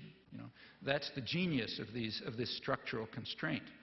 And in my view, if people like, say, Nightline and McNeil Lehrer and so on were smarter, if they were better propagandists, they would let dissidents on, let them on more, in fact. The reason is that they would sound like they're from Neptune. Then conclusion comes our special conversation on the Middle East crisis. Tonight's is with the activist, writer, and professor Noam Chomsky. Again, there has been an offer on the table, which we rejected, an Iraqi offer last April, to eliminate their chemical and other unconventional arsenals if Israel were to simultaneously do the same. Have to end it there. But I think that should be pursued as well. Sorry to interrupt you. I have to end it there. That's the end of our time. Professor Chomsky, thank you very much for joining us. AT&T has supported the McNeil-Lehrer NewsHour since 1983 because quality information and quality communications is our idea of a good connection. AT&T, the right choice. Oh, okay. If you just sit there for half a second, it's just for two shots, that's all, and we can do everything else later. Okay.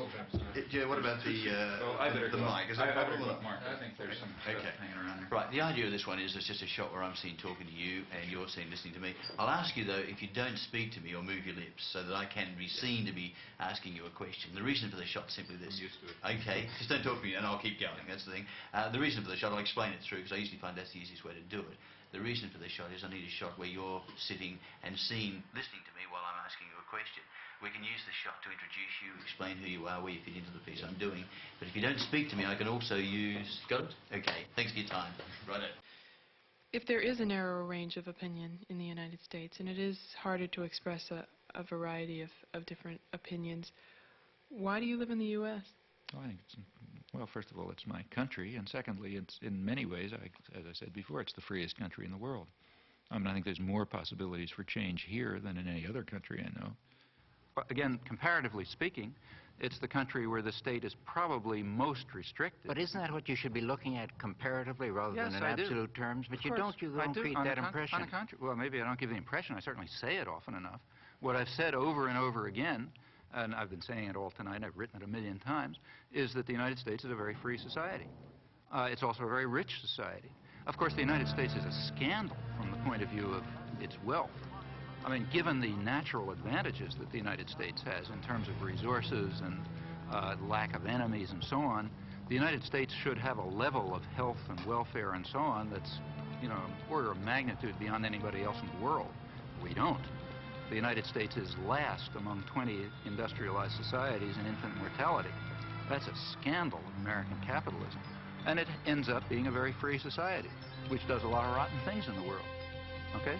There's no contradiction there. I mean, you know, Greece was a free society by the standards of Athens, you know. It's also a vicious society from the point of view of its imperial behavior.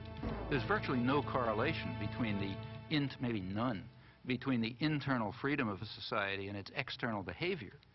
You start your line of discussion at a moment that is historically useful for you. That's what I say. You pick the beginning. Of the post-war world is that the communist imperialists, by the use of terrorism, by the deprivation of freedom, have contributed to the continuing bloodshed. And the sad thing about it is not only the bloodshed, but the fact that they seem to dispossess you of the power of rational observation. May I say something? Sure. Yeah. I think that's about 5% true, and or maybe 10% true. It certainly is. Why do you give that? May I complete a sentence? Sure. I mean, it's perfectly true that there were areas of the world, in particular Eastern Europe, where Stalinist imperialism very brutally took control and still maintains control. But there are also very vast areas of the world where we were doing the same thing.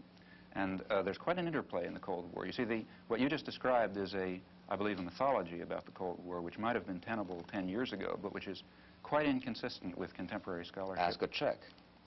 Ask a Guatemalan, ask a Dominican, ask a person from the Dominican Republic, ask a person from South Vietnam, ask a Thai. Well, obviously, we can't get away if you can't distinguish between the nature of our venture in Guatemala and the nature of the Soviet Union's in Prague.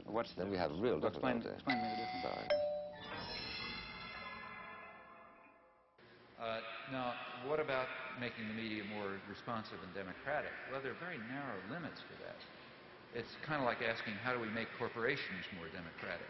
Well, the only way to do that is get rid of them, I mean, if you have concentrated power, you can, I don't want to say you can do nothing. Like you can, like the church can show up at the stockholders meeting and start screaming about not investing in South Africa.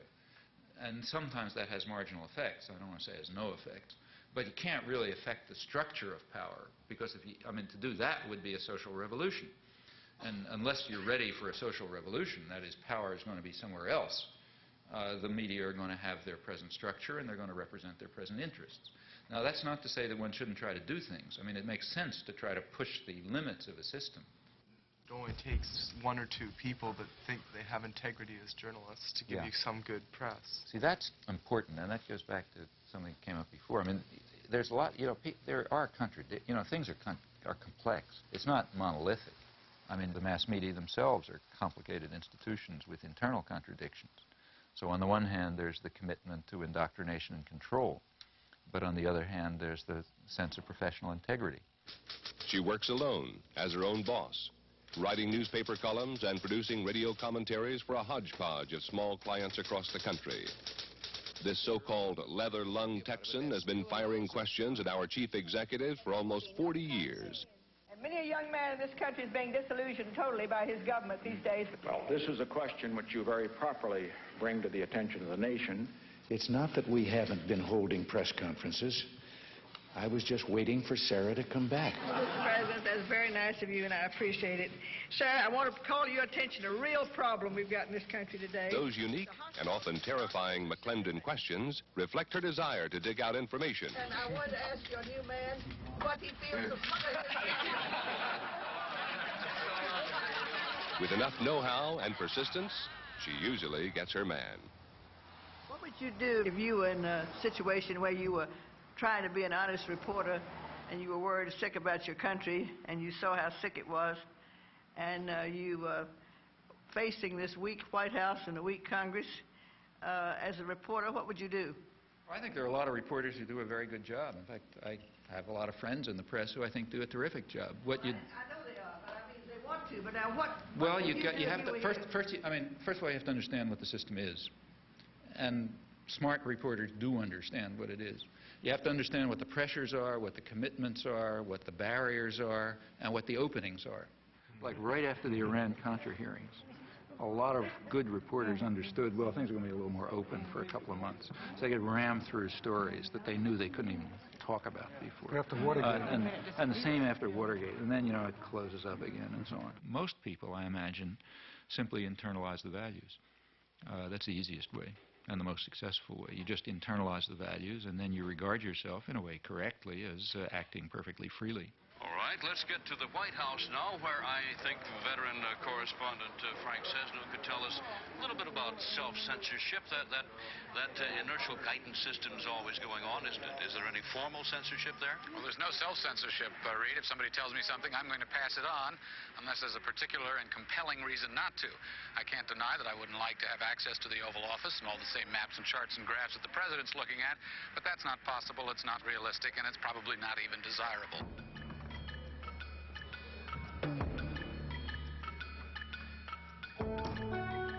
Hello. How are you? Fine. Can you sit down there, please? Welcome to Holland. I'll introduce you first in a few lines. Professor Chomsky, Noam Chomsky, is nu 6 en is ongeveer de meest controversiële intellectueel van Amerika. Dat is ook alweer een platitude, maar zo wordt hij nu eenmaal altijd genoemd. Chomsky has been called the Einstein of modern linguistics. The New York Times has said he's arguably the most important intellectual alive today. But his presence here has sparked a protest. This book that has poisoned the world, and all liar in there. And as a Vietnamese people, we come here to learn the book. Vietnam! Vietnam! He said that in Vietnam there's no violation of human rights and no crime in Cambodia. It's wrong. Chomsky he's a professor. He's using that to poison the world. And we come here to protest that. I don't mind the denunciations, frankly. I mind the lies. I mean, intellectuals are very good at lying. They're professionals at it. Vilification is a wonderful technique. There's no way of responding to it. If somebody calls you, an anti-Semite, what can you say? I'm not an anti-Semite. Or, somebody says you're a racist, you're a Nazi or something. You always lose. I mean, the person who throws the mud always wins, because there's no way of responding to such charges. Professor Chomsky seems to believe that the people he criticizes fall into one of two classes, liars or dupes. Consider what happened when I discussed the case of Robert Faurisson. Let me recall the facts. Let's not go into details, please, because the details happen to be important. Yes, but I have only one question on the Fourisson question. Do the facts matter or don't they matter? Of course they do. Well, let me tell you what the facts are then. Fourisson says that the massacre of the Jews in the Holocaust is a historic lie. No, this is an important one. It has a lot to do with the topic. Your views are extremely controversial, and perhaps one of the things that has been most controversial and you've been most strongly criticized for was your defense of a French intellectual who was suspended from his university post for contending that there were no Nazi death camps in World War II.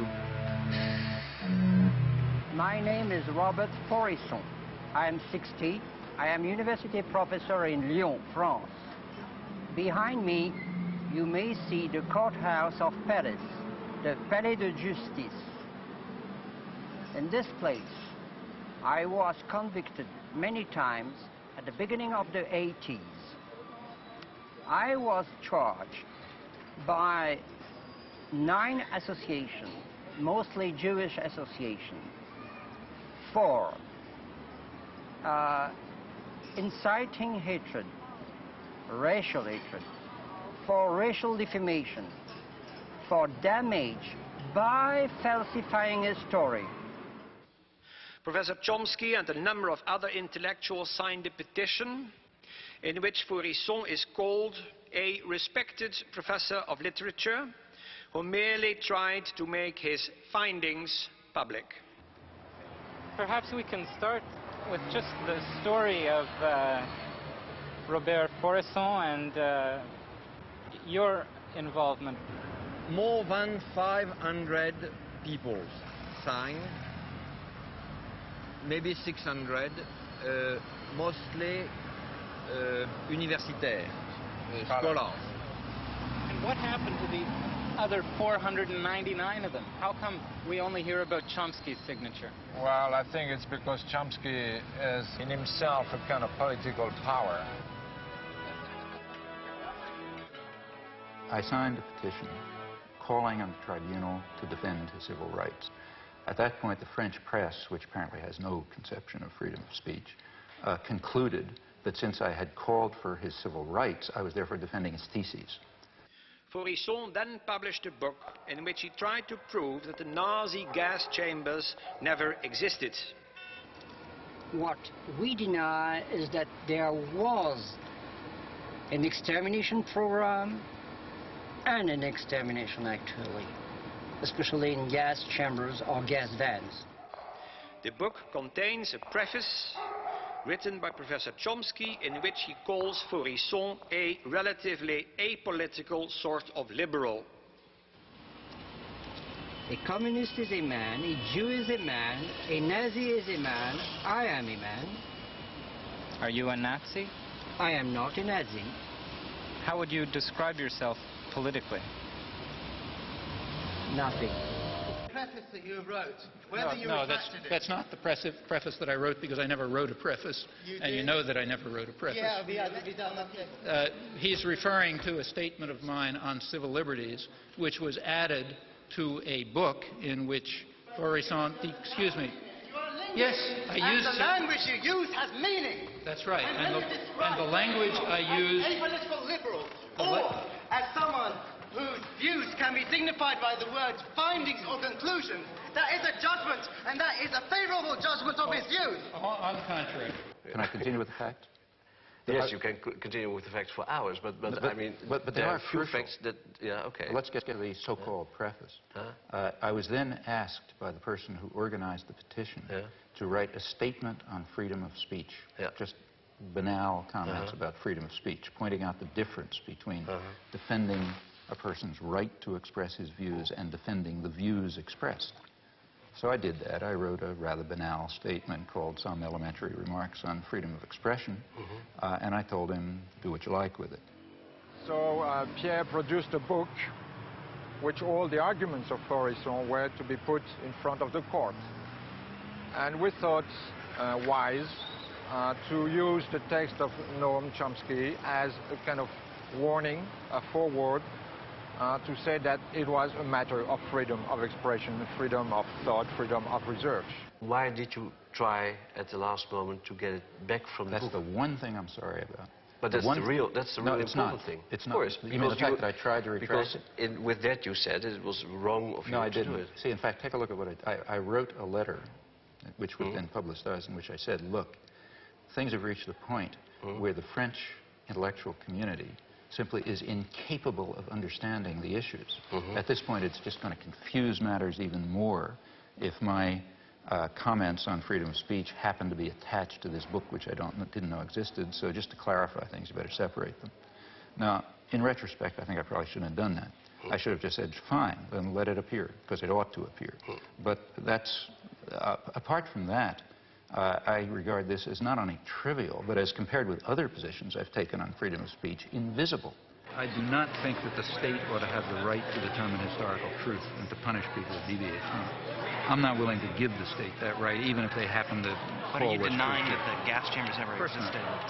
But I'm saying if you believe in freedom of speech, you believe in freedom of speech for views you don't like. I mean, Goebbels was in favor of freedom of speech for views he liked, right? So was Stalin. If you're in favor of freedom of speech, that means you're in favor of freedom of speech precisely for views you despise. Otherwise, you're not in favor of freedom of speech. There's two positions you can have on freedom of speech. Now, you can decide which position you want. With regard to my defense of the utterly offensive, the people who express utterly offensive views, I haven't the slightest doubt that every commissar says, you're defending that person's views. No, I'm not. I'm defending his right to express them. The difference is crucial, and the difference has been understood outside of fascist circles since the 18th century. Is there anything like objectivity, or scientific objectivity, reality? As a scientist, look, I'm not saying I defend the views. Look, if somebody publishes a scientific article, which I disagree with, I do not say the state ought to put him in jail. Right? All right, but you don't have to support him right away and say, you know, I support him just for the sake of everybody saying that, you know, whatever he wants to say. Suppose this guy is taken to court and charged with falsification. Then I'm going to defend them, even if I disagree. But he wasn't taken to court. Oh, you're wrong. But when did you write the support? I mean, when he was brought to court. And in fact, the only support that I gave him is to say he has a right of freedom of speech, period. There is no doubt in my mind that the example that I gave about this story is the Holocaust that did not exist is very, very typical. I'll give you another example about how much of the American press believes that Coercion has anything to say, or any press? How much of the press in France? Since I followed, what percentage would you say? I'll tell you. Is it higher than zero? Is it higher than zero? I'll tell you. Have you ever seen anything in any newspaper or any journal saying that this man is anything other than a lunatic? I'll try to answer. I'll try to answer. I think that I just followed the case. That's a simple question. I followed the case 5 or 6 years ago, and I happened to see that Noam Chomsky was in for strong criticism, even from some of his supporters, for doing something which could be interpreted only in terms of a campaign against Israel. Going back years, I am absolutely certain that I've taken far more extreme positions on people who deny the Holocaust than you have.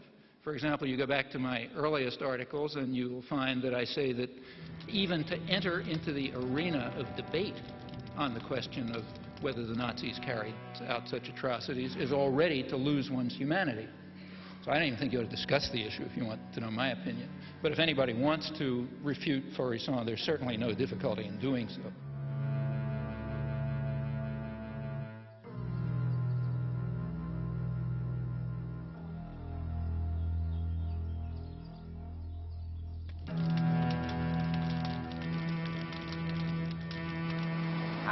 I'm not interested in freedom of speech and all that. I have to win, and that's the question. And I shall win.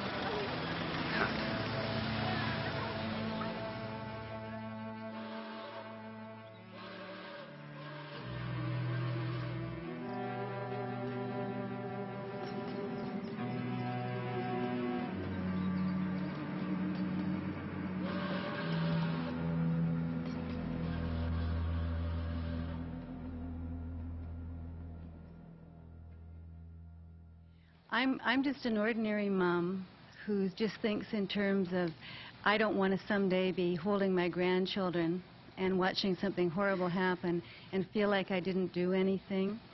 And I mean, it's obvious what you're doing, And my question is, on a practical level, where do you see the most practical place to put your energy? I mean, tonight I feel in overwhelm, like I feel like it's too big, it's too much to even make a dent in. The way things change is because lots of people are working all the time.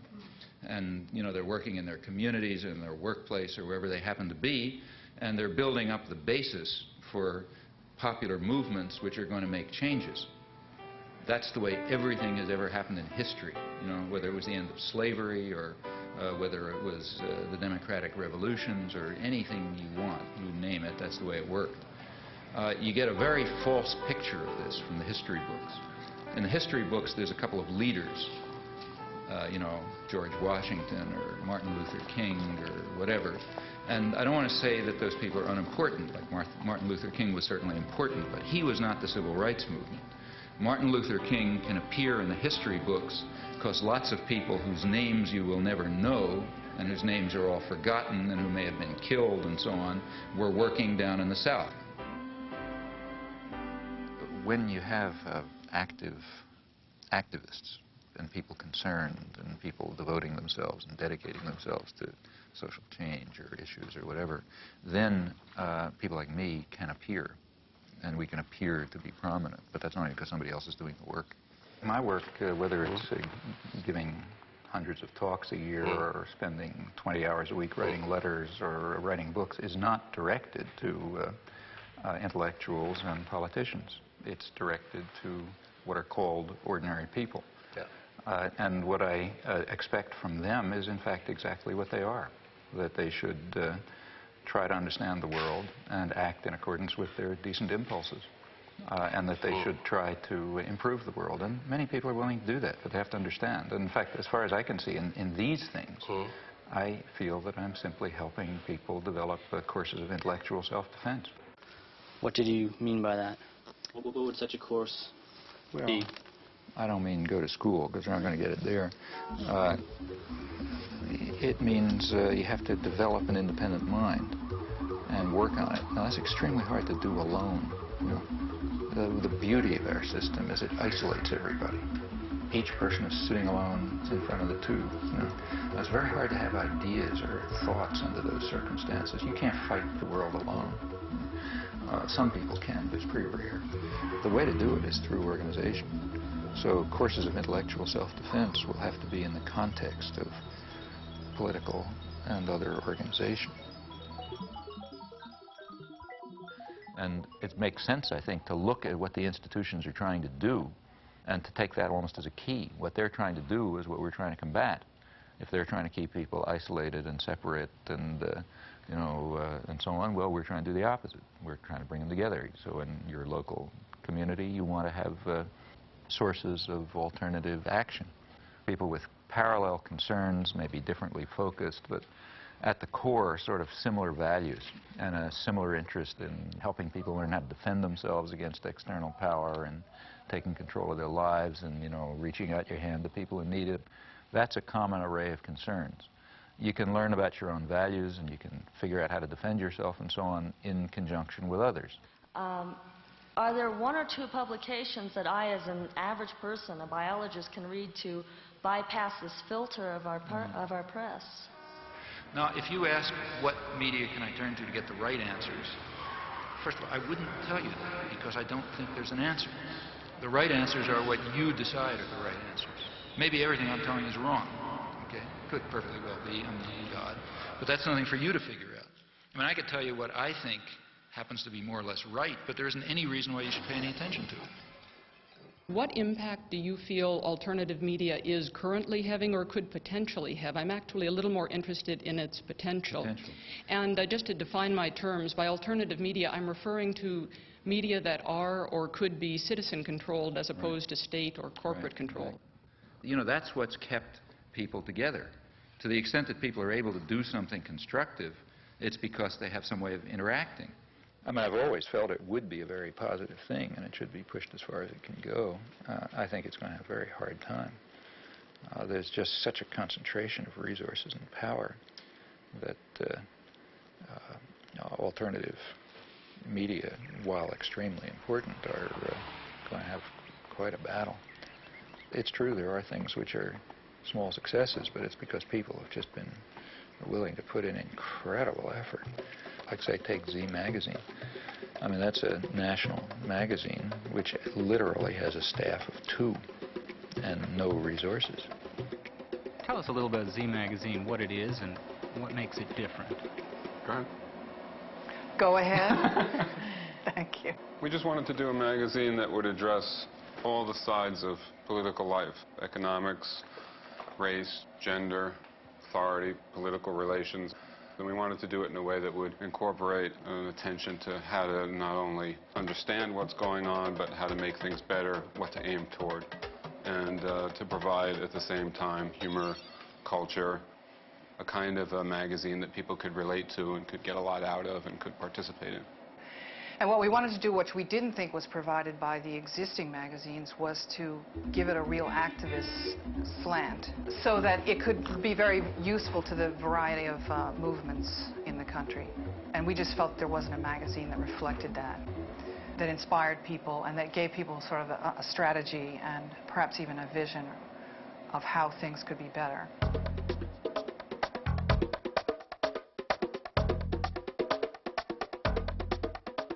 South End Press has sort of made it. That is, they're surviving. It's a small collective, again, with no resources, and they put out a lot of books, including quite a lot of good books. But for a South End book to get reviewed is almost impossible. Editorially and business-wise, we make decisions based on a politics that no corporate publisher can really advocate because of their ties to corporate America. We can solicit manuscripts based on what we feel is the relevance for the movement, and we can make our business decisions based on whether we feel people can afford our books, whether we feel that a book might not make that much money, but it needs to be out there, and maybe there's 1,000 people who would buy it. And those are criteria that we feel are very precious in this day of corporate mergers. Well, and likewise our structure about sharing work and continuing our training process as long as we're at the press. There are losses there in terms of productivity, but in terms of empowerment, all of us are then able to say, my perspective is different from yours, then all of our intelligence gets used in making those decisions, and not just whoever happens to have done it the longest, whoever happens to have graduated from the best schools in order to be the best editor, making all the decisions and only using his or her intelligence. Listener-supported radio in the United States has undergone a remarkable growth in the last decade. It's perhaps the fastest growing alternative media. There are many reasons for this. First and foremost is that it's enormously economical, and it reaches communities that have not been served by community radio before. And in Boulder particular, we see with someone like Noam Chomsky, who's been there, I believe, 3 times in the last 6 years, he has a tremendous audience, and KGNU is partly responsible for that, because we play his tapes on a regular basis, we play his lectures and his interviews, so when he does come to Boulder and people hear what he has to say, they're able to tune in. It's not something exotic or esoteric that he's talking about. It's material that they're very familiar with, and he's noted this, incidentally. I mean, if there's a listener-supported radio station, that means that people can get daily, every day, a different way of looking at the world. Not just what the corporate media want you to see, but a different picture, a different understanding. Not only can you hear it, but you can participate in it. You can add your own thoughts, you know, and you can learn something, and so on. Well, that's the way people become human, you know. That's the way you become human participants in a social and political system. Hello, I'm Ed Robinson, and this is Non-Corporate News. What is non-corporate news, and why is it necessary? I didn't want to just show another film at a library or something.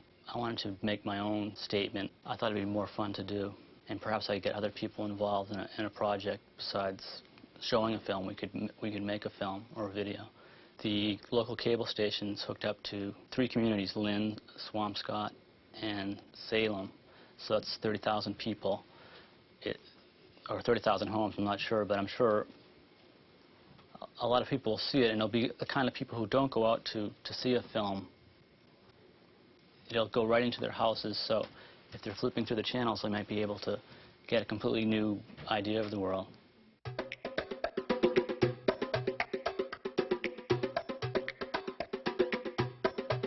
So there's kind of networks of cooperation developed, which, I mean, like here, for example, is a collection of stuff from a friend of mine in Los Angeles who does careful monitoring of the whole press in Los Angeles and a lot of the British press, which he reads, and does selection, so I don't have to read the, the movie reviews and the local gossip and all this kind of stuff, but I get the occasional nugget that sneaks through, and that you find if you're carefully and intelligently and critically reviewing a wide range of press. Well, there are a fair number of people who do this, and we exchange information. We wrote this a 2-volume work in which we saw one another for a couple weeks when we were getting started, but then we wrote 2 volumes essentially without seeing one another, just by phone, by mail, and exchanging manuscripts. But this takes a lot of communication by mail. My Chomsky file is a couple of feet thick. The end result is that you do have access to resources in a way which I doubt that any national intelligence agency can duplicate, a little on scholarship. So there are ways of compensating for the absence of resources. People can do things. Like, for example, I found out about the arms flow to Iran by reading transcripts of the BBC.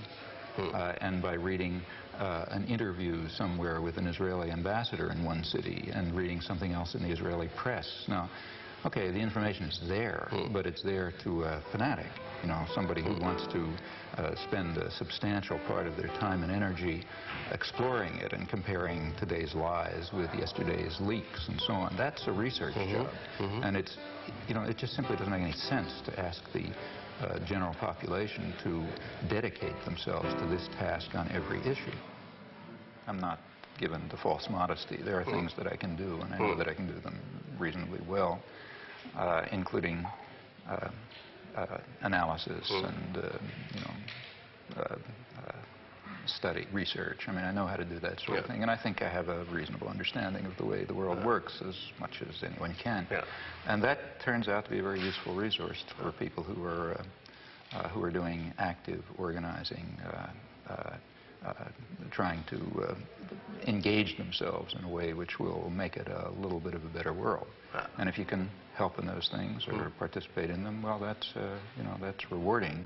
I wonder if you can envision a time when people like myself, again, the naive people of this world, can again take pride in the United States. And is that even a healthy wish now? Because it may be this hunger for pride in our country that makes us more easily manipulated by the powers that you talk about.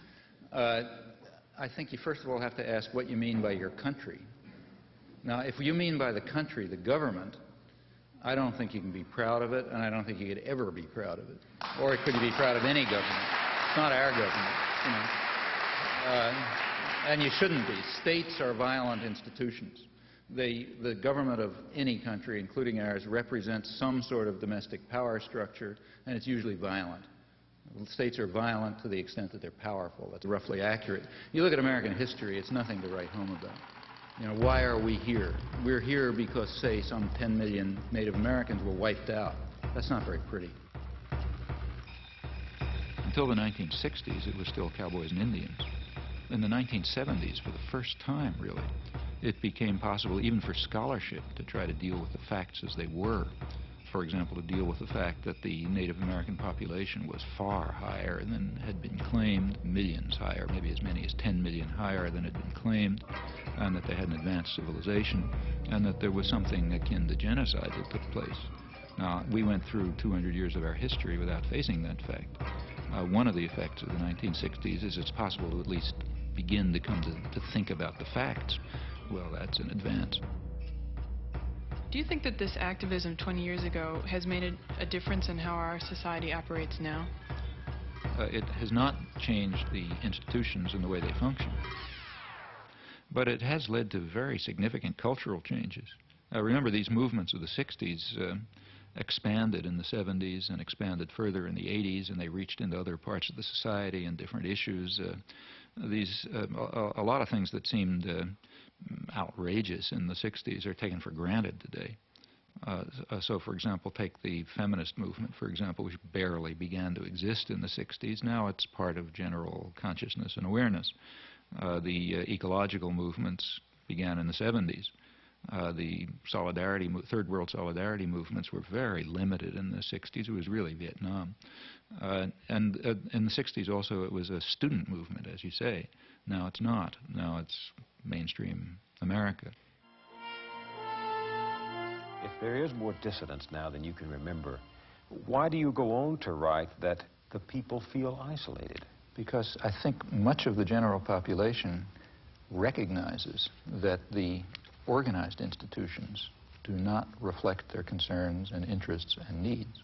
They do not feel that they participate meaningfully in the political system. They do not feel that the media are telling them the truth or even reflect their concerns.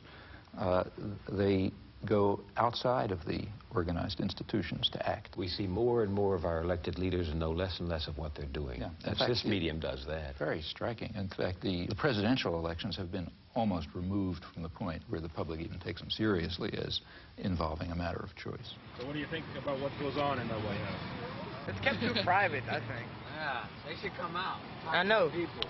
Yeah. Who should talk to the people? George Bush.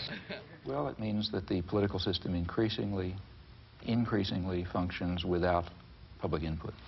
It means to an increasing extent not only do people not ratify decisions presented to them, but they don't even take the trouble of ratifying them. They assume that the decisions are going on independently of what they may do in the polling booth. Ratification would be what? Well, ratification would mean a system in which there are two positions presented to me, the voter. I go into the polling booth and I push one or another button depending on which of those positions I want. That's a very limited form of democracy. Really meaningful democracy would mean that I play a role in forming those decisions and creating those positions. And that would be real democracy. That's not We're very far from that. But we're even departing from the point where there is ratification. When you have stage-managed elections with the public relations industry determining what words come out of people's mouth, candidates decide what to say on the basis of tests that determine what the effect will be across the population. Somehow people don't see how profoundly contemptuous that is of democracy.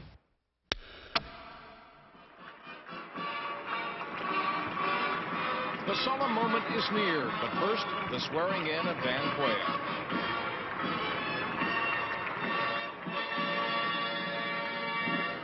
Please move to your seats. For the first time in this century, for the first time in perhaps all history, man does not have to invent a system by which to live. We don't have to talk late into the night about which form of government is better. We don't have to wrest justice from the king. We only have to summon it from within ourselves. This is a time when the future seems a door you can walk right through into a room called tomorrow. Great nations of the world are moving toward democracy, through the door to freedom. Here comes the plane. Agitate for free expression and free thought. Through the door to the moral and intellectual satisfaction. Only liberty will last. We know how to secure a more just and prosperous life for men on earth through free markets, free speech, free elections, and the exercise of free will unhampered by the state. I've spoken at 1,000 points of light of all the community organizations that are spread like stars throughout the nation doing good. To the world, too, we offer new engagement and a renewed vow. We will stay strong to protect the peace. The offered hand is a reluctant fist. America is never wholly herself unless she is engaged in high moral principles. We as a people have such a purpose today. It is to make kinder the face of the nation and gentler the face of the world.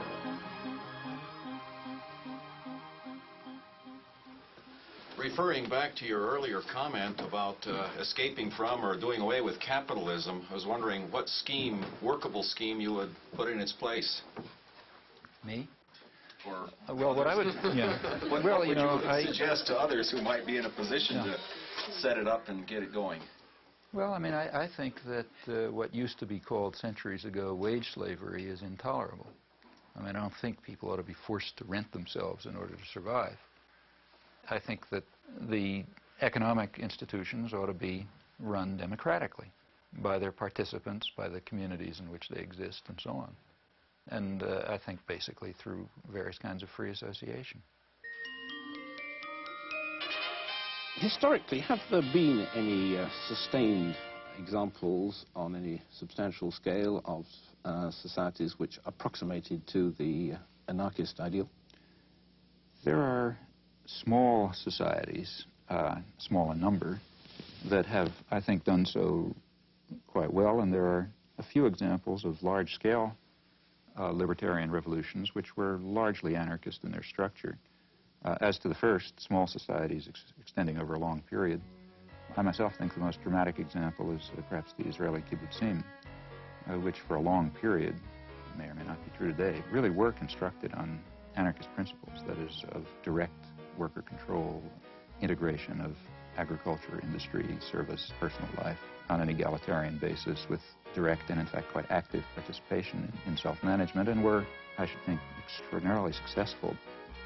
A good example of a really large-scale anarchist revolution, or largely anarchist revolution, in fact, the best example, to my knowledge, is the Spanish Revolution in 1936. And, in fact, you can't tell what would have happened. That anarchist revolution was simply destroyed by force, but during the period in which it was alive, I think it was inspiring testimony to the ability of poor working people to organize, manage their affairs extremely successfully without coercion and control.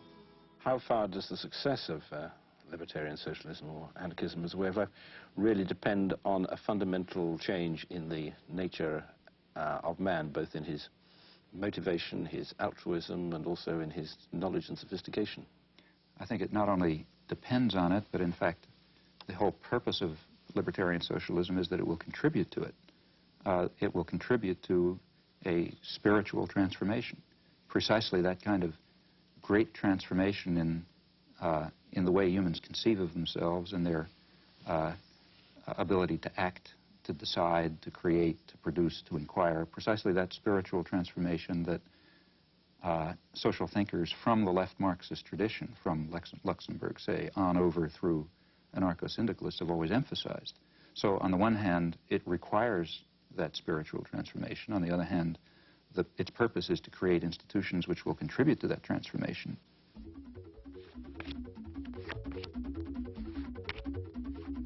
You've written that in looking at contributions of gifted thinkers, one must make sure to understand their contributions, but also to eliminate the errors in them. And of your ideas, what would you guess would be discarded and what would be assimilated by future thinkers? Well, I mean, I would assume virtually everything would be discarded. For example, here we have to distinguish. I mean, the work that I do in my professional area, I mean, if I still believed what I believed 10 years ago, I'd assume the field is dead. So I assume that when next time you read a student's paper, you're going to see something that has to be changed, and you continue to make progress. In dealing with social and political issues, in my view, what is at all understood is pretty straightforward.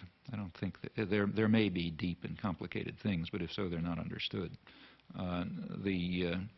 The basic ways, to the extent that we understand society at all, it's pretty straightforward. And I don't think that those simple understandings are likely to undergo much change. The point is that you have to work. And that's why the propaganda system is so successful. Very few people are going to have the time or the energy or the commitment to carry out the constant battle that's required to get outside of, you know, McNeil Lehrer or Dan Rather or somebody like that. The easy thing to do, you know, you come home from work, you're tired, you've had a busy day, you know, you're not going to spend the evening carrying out a research project. So you turn on the tube, say it's probably right. You know, or you look at the headlines in the paper, and then you watch the sports or something. And that's basically the way the system of indoctrination works. Sure, the other stuff is there, but you're going to have to work to find it. Modern industrial civilization has developed within a certain system of convenient myths. The driving force of modern industrial civilization has been individual material gain, which is accepted as legitimate, even praiseworthy, on the grounds that private vices yield public benefits in the classic formulation. Now, it's long been understood very well that a society that is based on this principle will destroy itself in time. It can only persist with whatever suffering and injustice it entails, as long as it's possible to pretend that the destructive forces that humans create are limited, that the world is an infinite resource, and that the world is an infinite garbage can.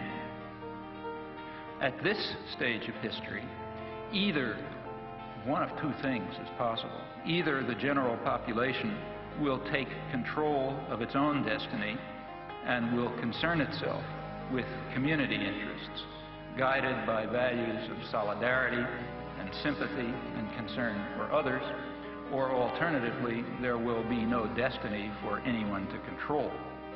As long as some specialized class is in a position of authority, it is going to set policy in the special interests that it serves. But the conditions of survival, let alone justice, require rational social planning in the interests of the community as a whole, and by now that means the global community. The question is whether privileged elites should dominate mass communication and should use this power as they tell us they must, namely to impose necessary illusions, to manipulate and deceive the stupid majority and remove them from the public arena. The question in brief is whether democracy and freedom are values to be preserved or threats to be avoided. In this possibly terminal phase of human existence, democracy and freedom are more than values to be treasured. They may well be essential to survival. Thank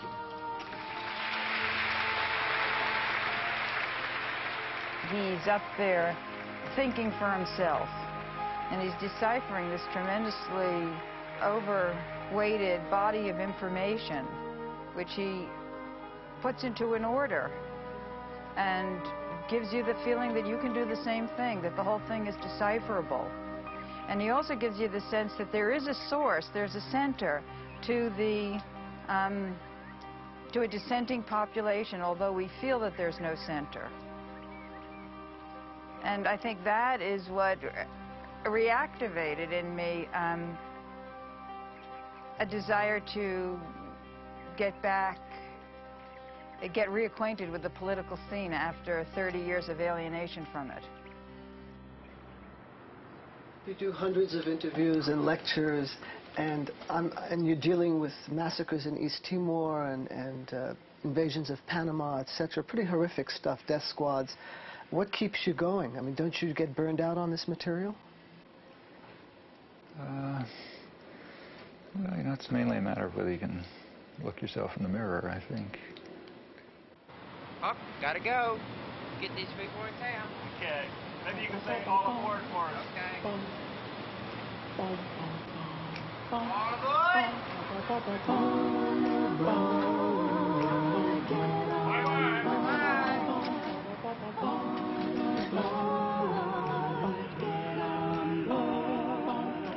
There's a train going somewhere down the track.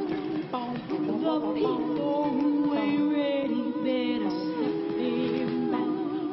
This train has been running since time began. It's running on the love of your fellow man. All aboard. Couldn't see it. Just hit the microphone. Bye, Canada. Goodbye, Canada.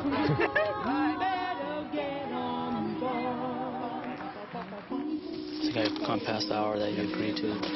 Can I give you an introduction? You said that he's from Harvard. Oh, I heard that. Yeah. Oh, yes, that is true, yeah. We'll bleep it. Sorry about making making me answer that. No, that's okay. It's so short. It worked. Did we hit it in 2 minutes? Or? Well, we did pretty well. Actually, that means less sports, and that's fine with me. The people out there, they don't know what's going on. If the people knew what you say here today, there'd be a heck of a change. Thank you. On that optimistic note, Professor Chomsky, thank you very much indeed. So how did it go?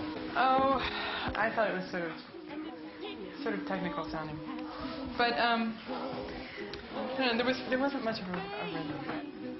Did you ever think of running for president? If I ran for president, first thing I'd do is tell people not to vote for me.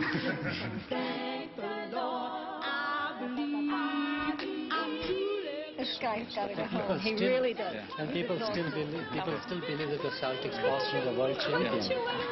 Thanks.